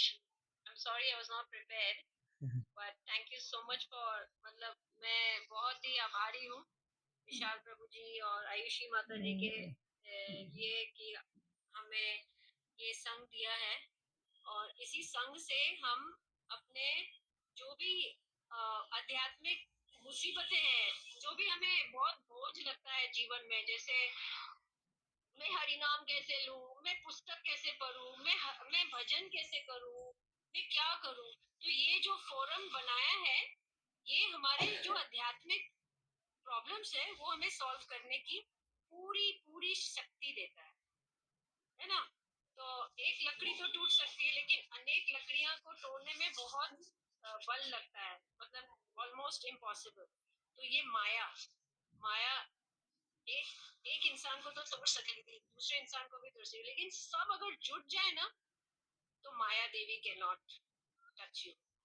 So like that you should be able to आप सबको जुड़े रहना है, साथ में जप करना है, साथ में आरती करनी है, पुस्तकें पढ़नी है, प्रसादम डिस्ट्रीब्यूशन करना है और दूसरों को जोड़ना है. क्योंकि बहुत सारे भक्त अभी तक अननोन है कि ये ये खुशी कहाँ से है? कहाँ पे न जन्म न मृत्यु न जरा न व्याधि न ओल्ड एज, कहाँ है ऐसी जगह? रास्ता हमें ही दिखाना है उनको, है ना? तो ऐसे आप जुड़े रहेंगे तो हमें मौका मिलेगा, हम आपसे मिले, आप लोग इधर आए, हमारे साथ रहे और मंदिर दर्शन करें, है ना? तो प्लीज आप मुझे माफ कर दीजिए, मैं एक्चुअली रोड से ले रही हूँ class. Next time it will be hopefully quite. So thank you so much, Vishal Prabhu, for allowing me to speak. I hope I spoke some sense. No माता जी, यू स्पोक वंडरफुली एंड मतलब मैं आप सभी को पहले बता नहीं पाया था, बट माता जी एक्चुअली फॉरेन से हैं। वो इंडियन तो हैं पर पली बड़ी बाहर ही हैं, विदेश में, दुबई में। और फिर बाद नहीं, में मैं वो भारत की हूँ, मैं भारत की हूँ, मैं भारत में जन्म लिया है, लेकिन आप बाहर ही रहे पूरे बस 20 साल बाहर रही हूँ, लेकिन मैं हाँ 23 साल माता जी बाहर रहे। नोकिया कंपनी जो आप जानते हैं, उसमें माता जी ने मार्केटिंग में जॉब की, काफ़ी अच्छी पोस्ट पे पूरी दुनिया घूमी माता जी। इतनी पूरी दुनिया देखने के बाद में उनको उनको जो रुकने का मन किया, वो भगवान की भक्ति में ही किया। तो जिस चीज़ के लिए आज हम लोग सोच रहे हैं कि कभी ये मिल जाए जीवन में, वो प्राप्त करके राधा उन्होंने रानी, या वो सब नहीं नहीं हाँ। अभी प्राप्त नहीं किया है, जब प्राप्त करूंगी आपको आपको बता दूंगी, हाँ? माता जी, हम एक बार हरे कृष्ण महामंत्र So बोलकर you please we come, want to bring celebrate your group here. या आप सबको इनविटेशन इनविटेशन इनविटेशन आमंत्रण वृंदावन से करती हूँ मैं, आमंत्रण मिल रहा है आपको। Okay, inviting you. ओके।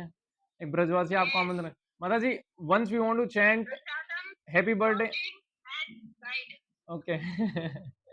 माता जी, once we want to celebrate your birthday in actual Krishna conscious way, okay, so we just want to sing. हम लोग जैसे हैप्पी बर्थडे गाते हैं ना, तो इधर कृष्णा कॉन्शियसनेस में, कृष्ण भावनामृत में हम लोग हैप्पी बर्थडे की टोन में हरे कृष्ण महामंत्र गाते हैं। ओके, सो हम सब ऐसे गाएंगे, Hare Krishna to you, Hare Krishna to you, Krishna Krishna to you, Hare Hare to you, Hare Rama to you, Hare Rama to you, Ram Ram to you, Hare Hare to you. Hare Krishna Hari Leela Mata ji की जय, वृंदावन धाम की जय, शिला गोपाल की जय, वृंदावन धाम की जय. जय। हरे कृष्ण माता जी, धन्यवाद, प्रणाम। Thank you so much for joining माता जी and making this a wonderful Thank you memory so for all much. of us. Okay, thank you माता जी। हरे Krishna. We are also yeah. Okay, thank you so much सभी भक्तों को इतनी देर तक रुकने के लिए। सो माता जी माता जी बेसिकली वृंदावन धाम से थी और आई थिंक 27 साल, राइट, 27 साल वो बाहर रही दुबई में। मतलब पैदा यहाँ हुई पर उसी 6 महीने या 1 साल की थी और उनको विदेश ले गए थे इनके मतलब घर वाले, वहाँ पे शिफ्ट हो गए थे। पूरी दुनिया इन्होंने ट्रैवल की, आप बोलो वो कंट्री सभी दूर जा चुकी हैं। उसके बाद में इनकी शादी हुई अपने ब्रजसुंदर प्रभु जी से, जिनके आदेश पे हम लोग क्लासेस वगैरह कर रहे हैं, कक्षा वगैरह कर रहे हैं। और उन्होंने हमको, जब हम वृंदावन में पहली-पहली बार भी गए, तो भी उन्होंने हमको अपने घर में रोका। अभी भी हम कभी जाते हैं तो अपने घर में रोकते हैं, हमको वहाँ रुकने के लिए बोलते हैं। 4-4 5-5 लोग गए तो भी हमको उनके घर में रोका, जबकि दादाजी भी रुके, मम्मी-पापा सब रुके हुए हैं। तो फिर ये जब अनुभव, हमने प्रेम का अनुभव किया कि एक अनजान आदमी के लिए, हमारा और कोई रिश्ता नहीं है कि और किसी तरीके से और कुछ नहीं जानते, बस ये कि हम लोग भक्त बनना चाहते हैं और वो लोगों को भक्त बनाने में इंटरेस्ट रखते हैं। और बस इतने से उसमें किसी अनजान को अपने घर में रोक लेना, और वो भी 3-3 4-4 दिन, मुस्कान का जब ट्रीटमेंट चल रहा था, हम लोग वहाँ पे 7 दिन तक रुके हुए थे। तो इनकी इनकी कार ये हमको देते हैं इस्तेमाल करने के लिए। और मतलब एक आदमी आज 2-5-10,000 रुपए की चीज़ किसी को नहीं दे सकता, ये अपनी कार दे देते हैं लाखों-लाखों रुपए की कि जाओ आप लो अच्छे से, दिक्कत नहीं आएगी आपको। तो जब हमने ये सब देखा तो उसने हमारा हृदय परिवर्तन किया। जब हमने देखा कि यार एक आदमी भक्त बनने के बाद में कितना डिटैच, कितना अनासक्त हो जाता है भौतिक चीज़ों से, और कितना अटैच हो जाता है भगवान से कितना आसक्त हो जाता है कि उसको भगवान का भक्त मिल गया तो सब कुछ मिल गया, और भगवान का भक्त नहीं मिला तो उसको कोई मतलब नहीं किसी चीज़ से। जब ये सब देखा, तब जीवन में लगा कि यार हम जो कर रहे हैं वो सही नहीं कर रहे हैं, कहीं न कहीं जीवन में बहुत कुछ है जो मिस कर दिया हमने, जो कि अभी तक प्राप्त नहीं किया। और जब इनको देखा कि ये तो पूरा जीवन इतना सब करके, इनके जो प्रभु जी हैं, वो थिएटर आर्टिस्ट थे मुंबई में, इनके खुद के पापा का टीवी चैनल था, सब कुछ छोड़ के वृंदावन धाम में रहने आ गए, सब कुछ छोड़ के। जितनी लग्ज़री इनके पास में थी सब छोड़ दिया, क्यों छोड़ दिया? केवल एक ही कारण से कि भगवान की भक्ति करनी थी। कि भगवान की भक्ति में जब समझ में आया तो जो हम बोलते हैं कि भगवान ऐसे घरों में जन्म देते हैं, तो ऐसे लोगों को जन्म देते हैं भगवान, जो पुराने जन्मों में भी भक्ति करते हैं और इस जन्म में बहुत छोटी उम्र में ही उनको समझ में आ जाता है कि भगवान की भक्ति। और अगर हम लोग भी ऐसा करेंगे, अगर हम इस जन्म में नहीं भी किसी वजह से प्राप्त कर पाए, पहला तो कोशिश होनी चाहिए इसी जन्म में भगवान की प्राप्ति। अगर नहीं भी हो पाई, तो अगला जन्म भगवान किसी भक्त के घर में या किसी ऐसे इंसान के घर में देंगे जहाँ हमको रोटी कपड़ा मकान के लिए ज्यादा मगजमारी नहीं करनी पड़ेगी और डायरेक्ट अपन भक्ति करके भगवान के धाम जाएंगे। तो ये ऐसे एक महानुभाव थे, इनके बच्चे छोटे-छोटे हैं। भगवत गीता के कितने ही श्लोक याद है, मतलब मुझे याद है उससे 10 गुना श्लोक तो इनके छोटे बच्चे को याद है। इतना इतना इंटेलिजेंट और इतना टैलेंटेड। तो तो ये इनको एक्चुअली हिंदी नहीं आती है, ब्रज में तो रहते पर अभी धीरे-धीरे सीखे हैं ये भी। तो thank you so much everyone for joining. Today will not be able to take any questions, but next time हम लोग लेंगे। 3 बार हरे कृष्ण महामंत्र बोल के आज हम आज की कक्षा समाप्त करेंगे। हरे कृष्णा कृष्णा कृष्णा हरे हरे, हरे राम राम राम हरे हरे। हरे कृष्णा कृष्णा कृष्णा हरे हरे, हरे राम राम राम हरे हरे। हरे कृष्णा कृष्णा कृष्णा हरे हरे, हरे राम राम राम हरे हरे। ग्रंथराज श्रीमद् भागवतम की जय, श्रीमद् भगवद गीता की जय, ब्रज किशोर श्री कृष्ण चंद्र भगवान की जय, श्रीला प्रभुपाद की जय, सभी पधारे हुए भक्तों की जय।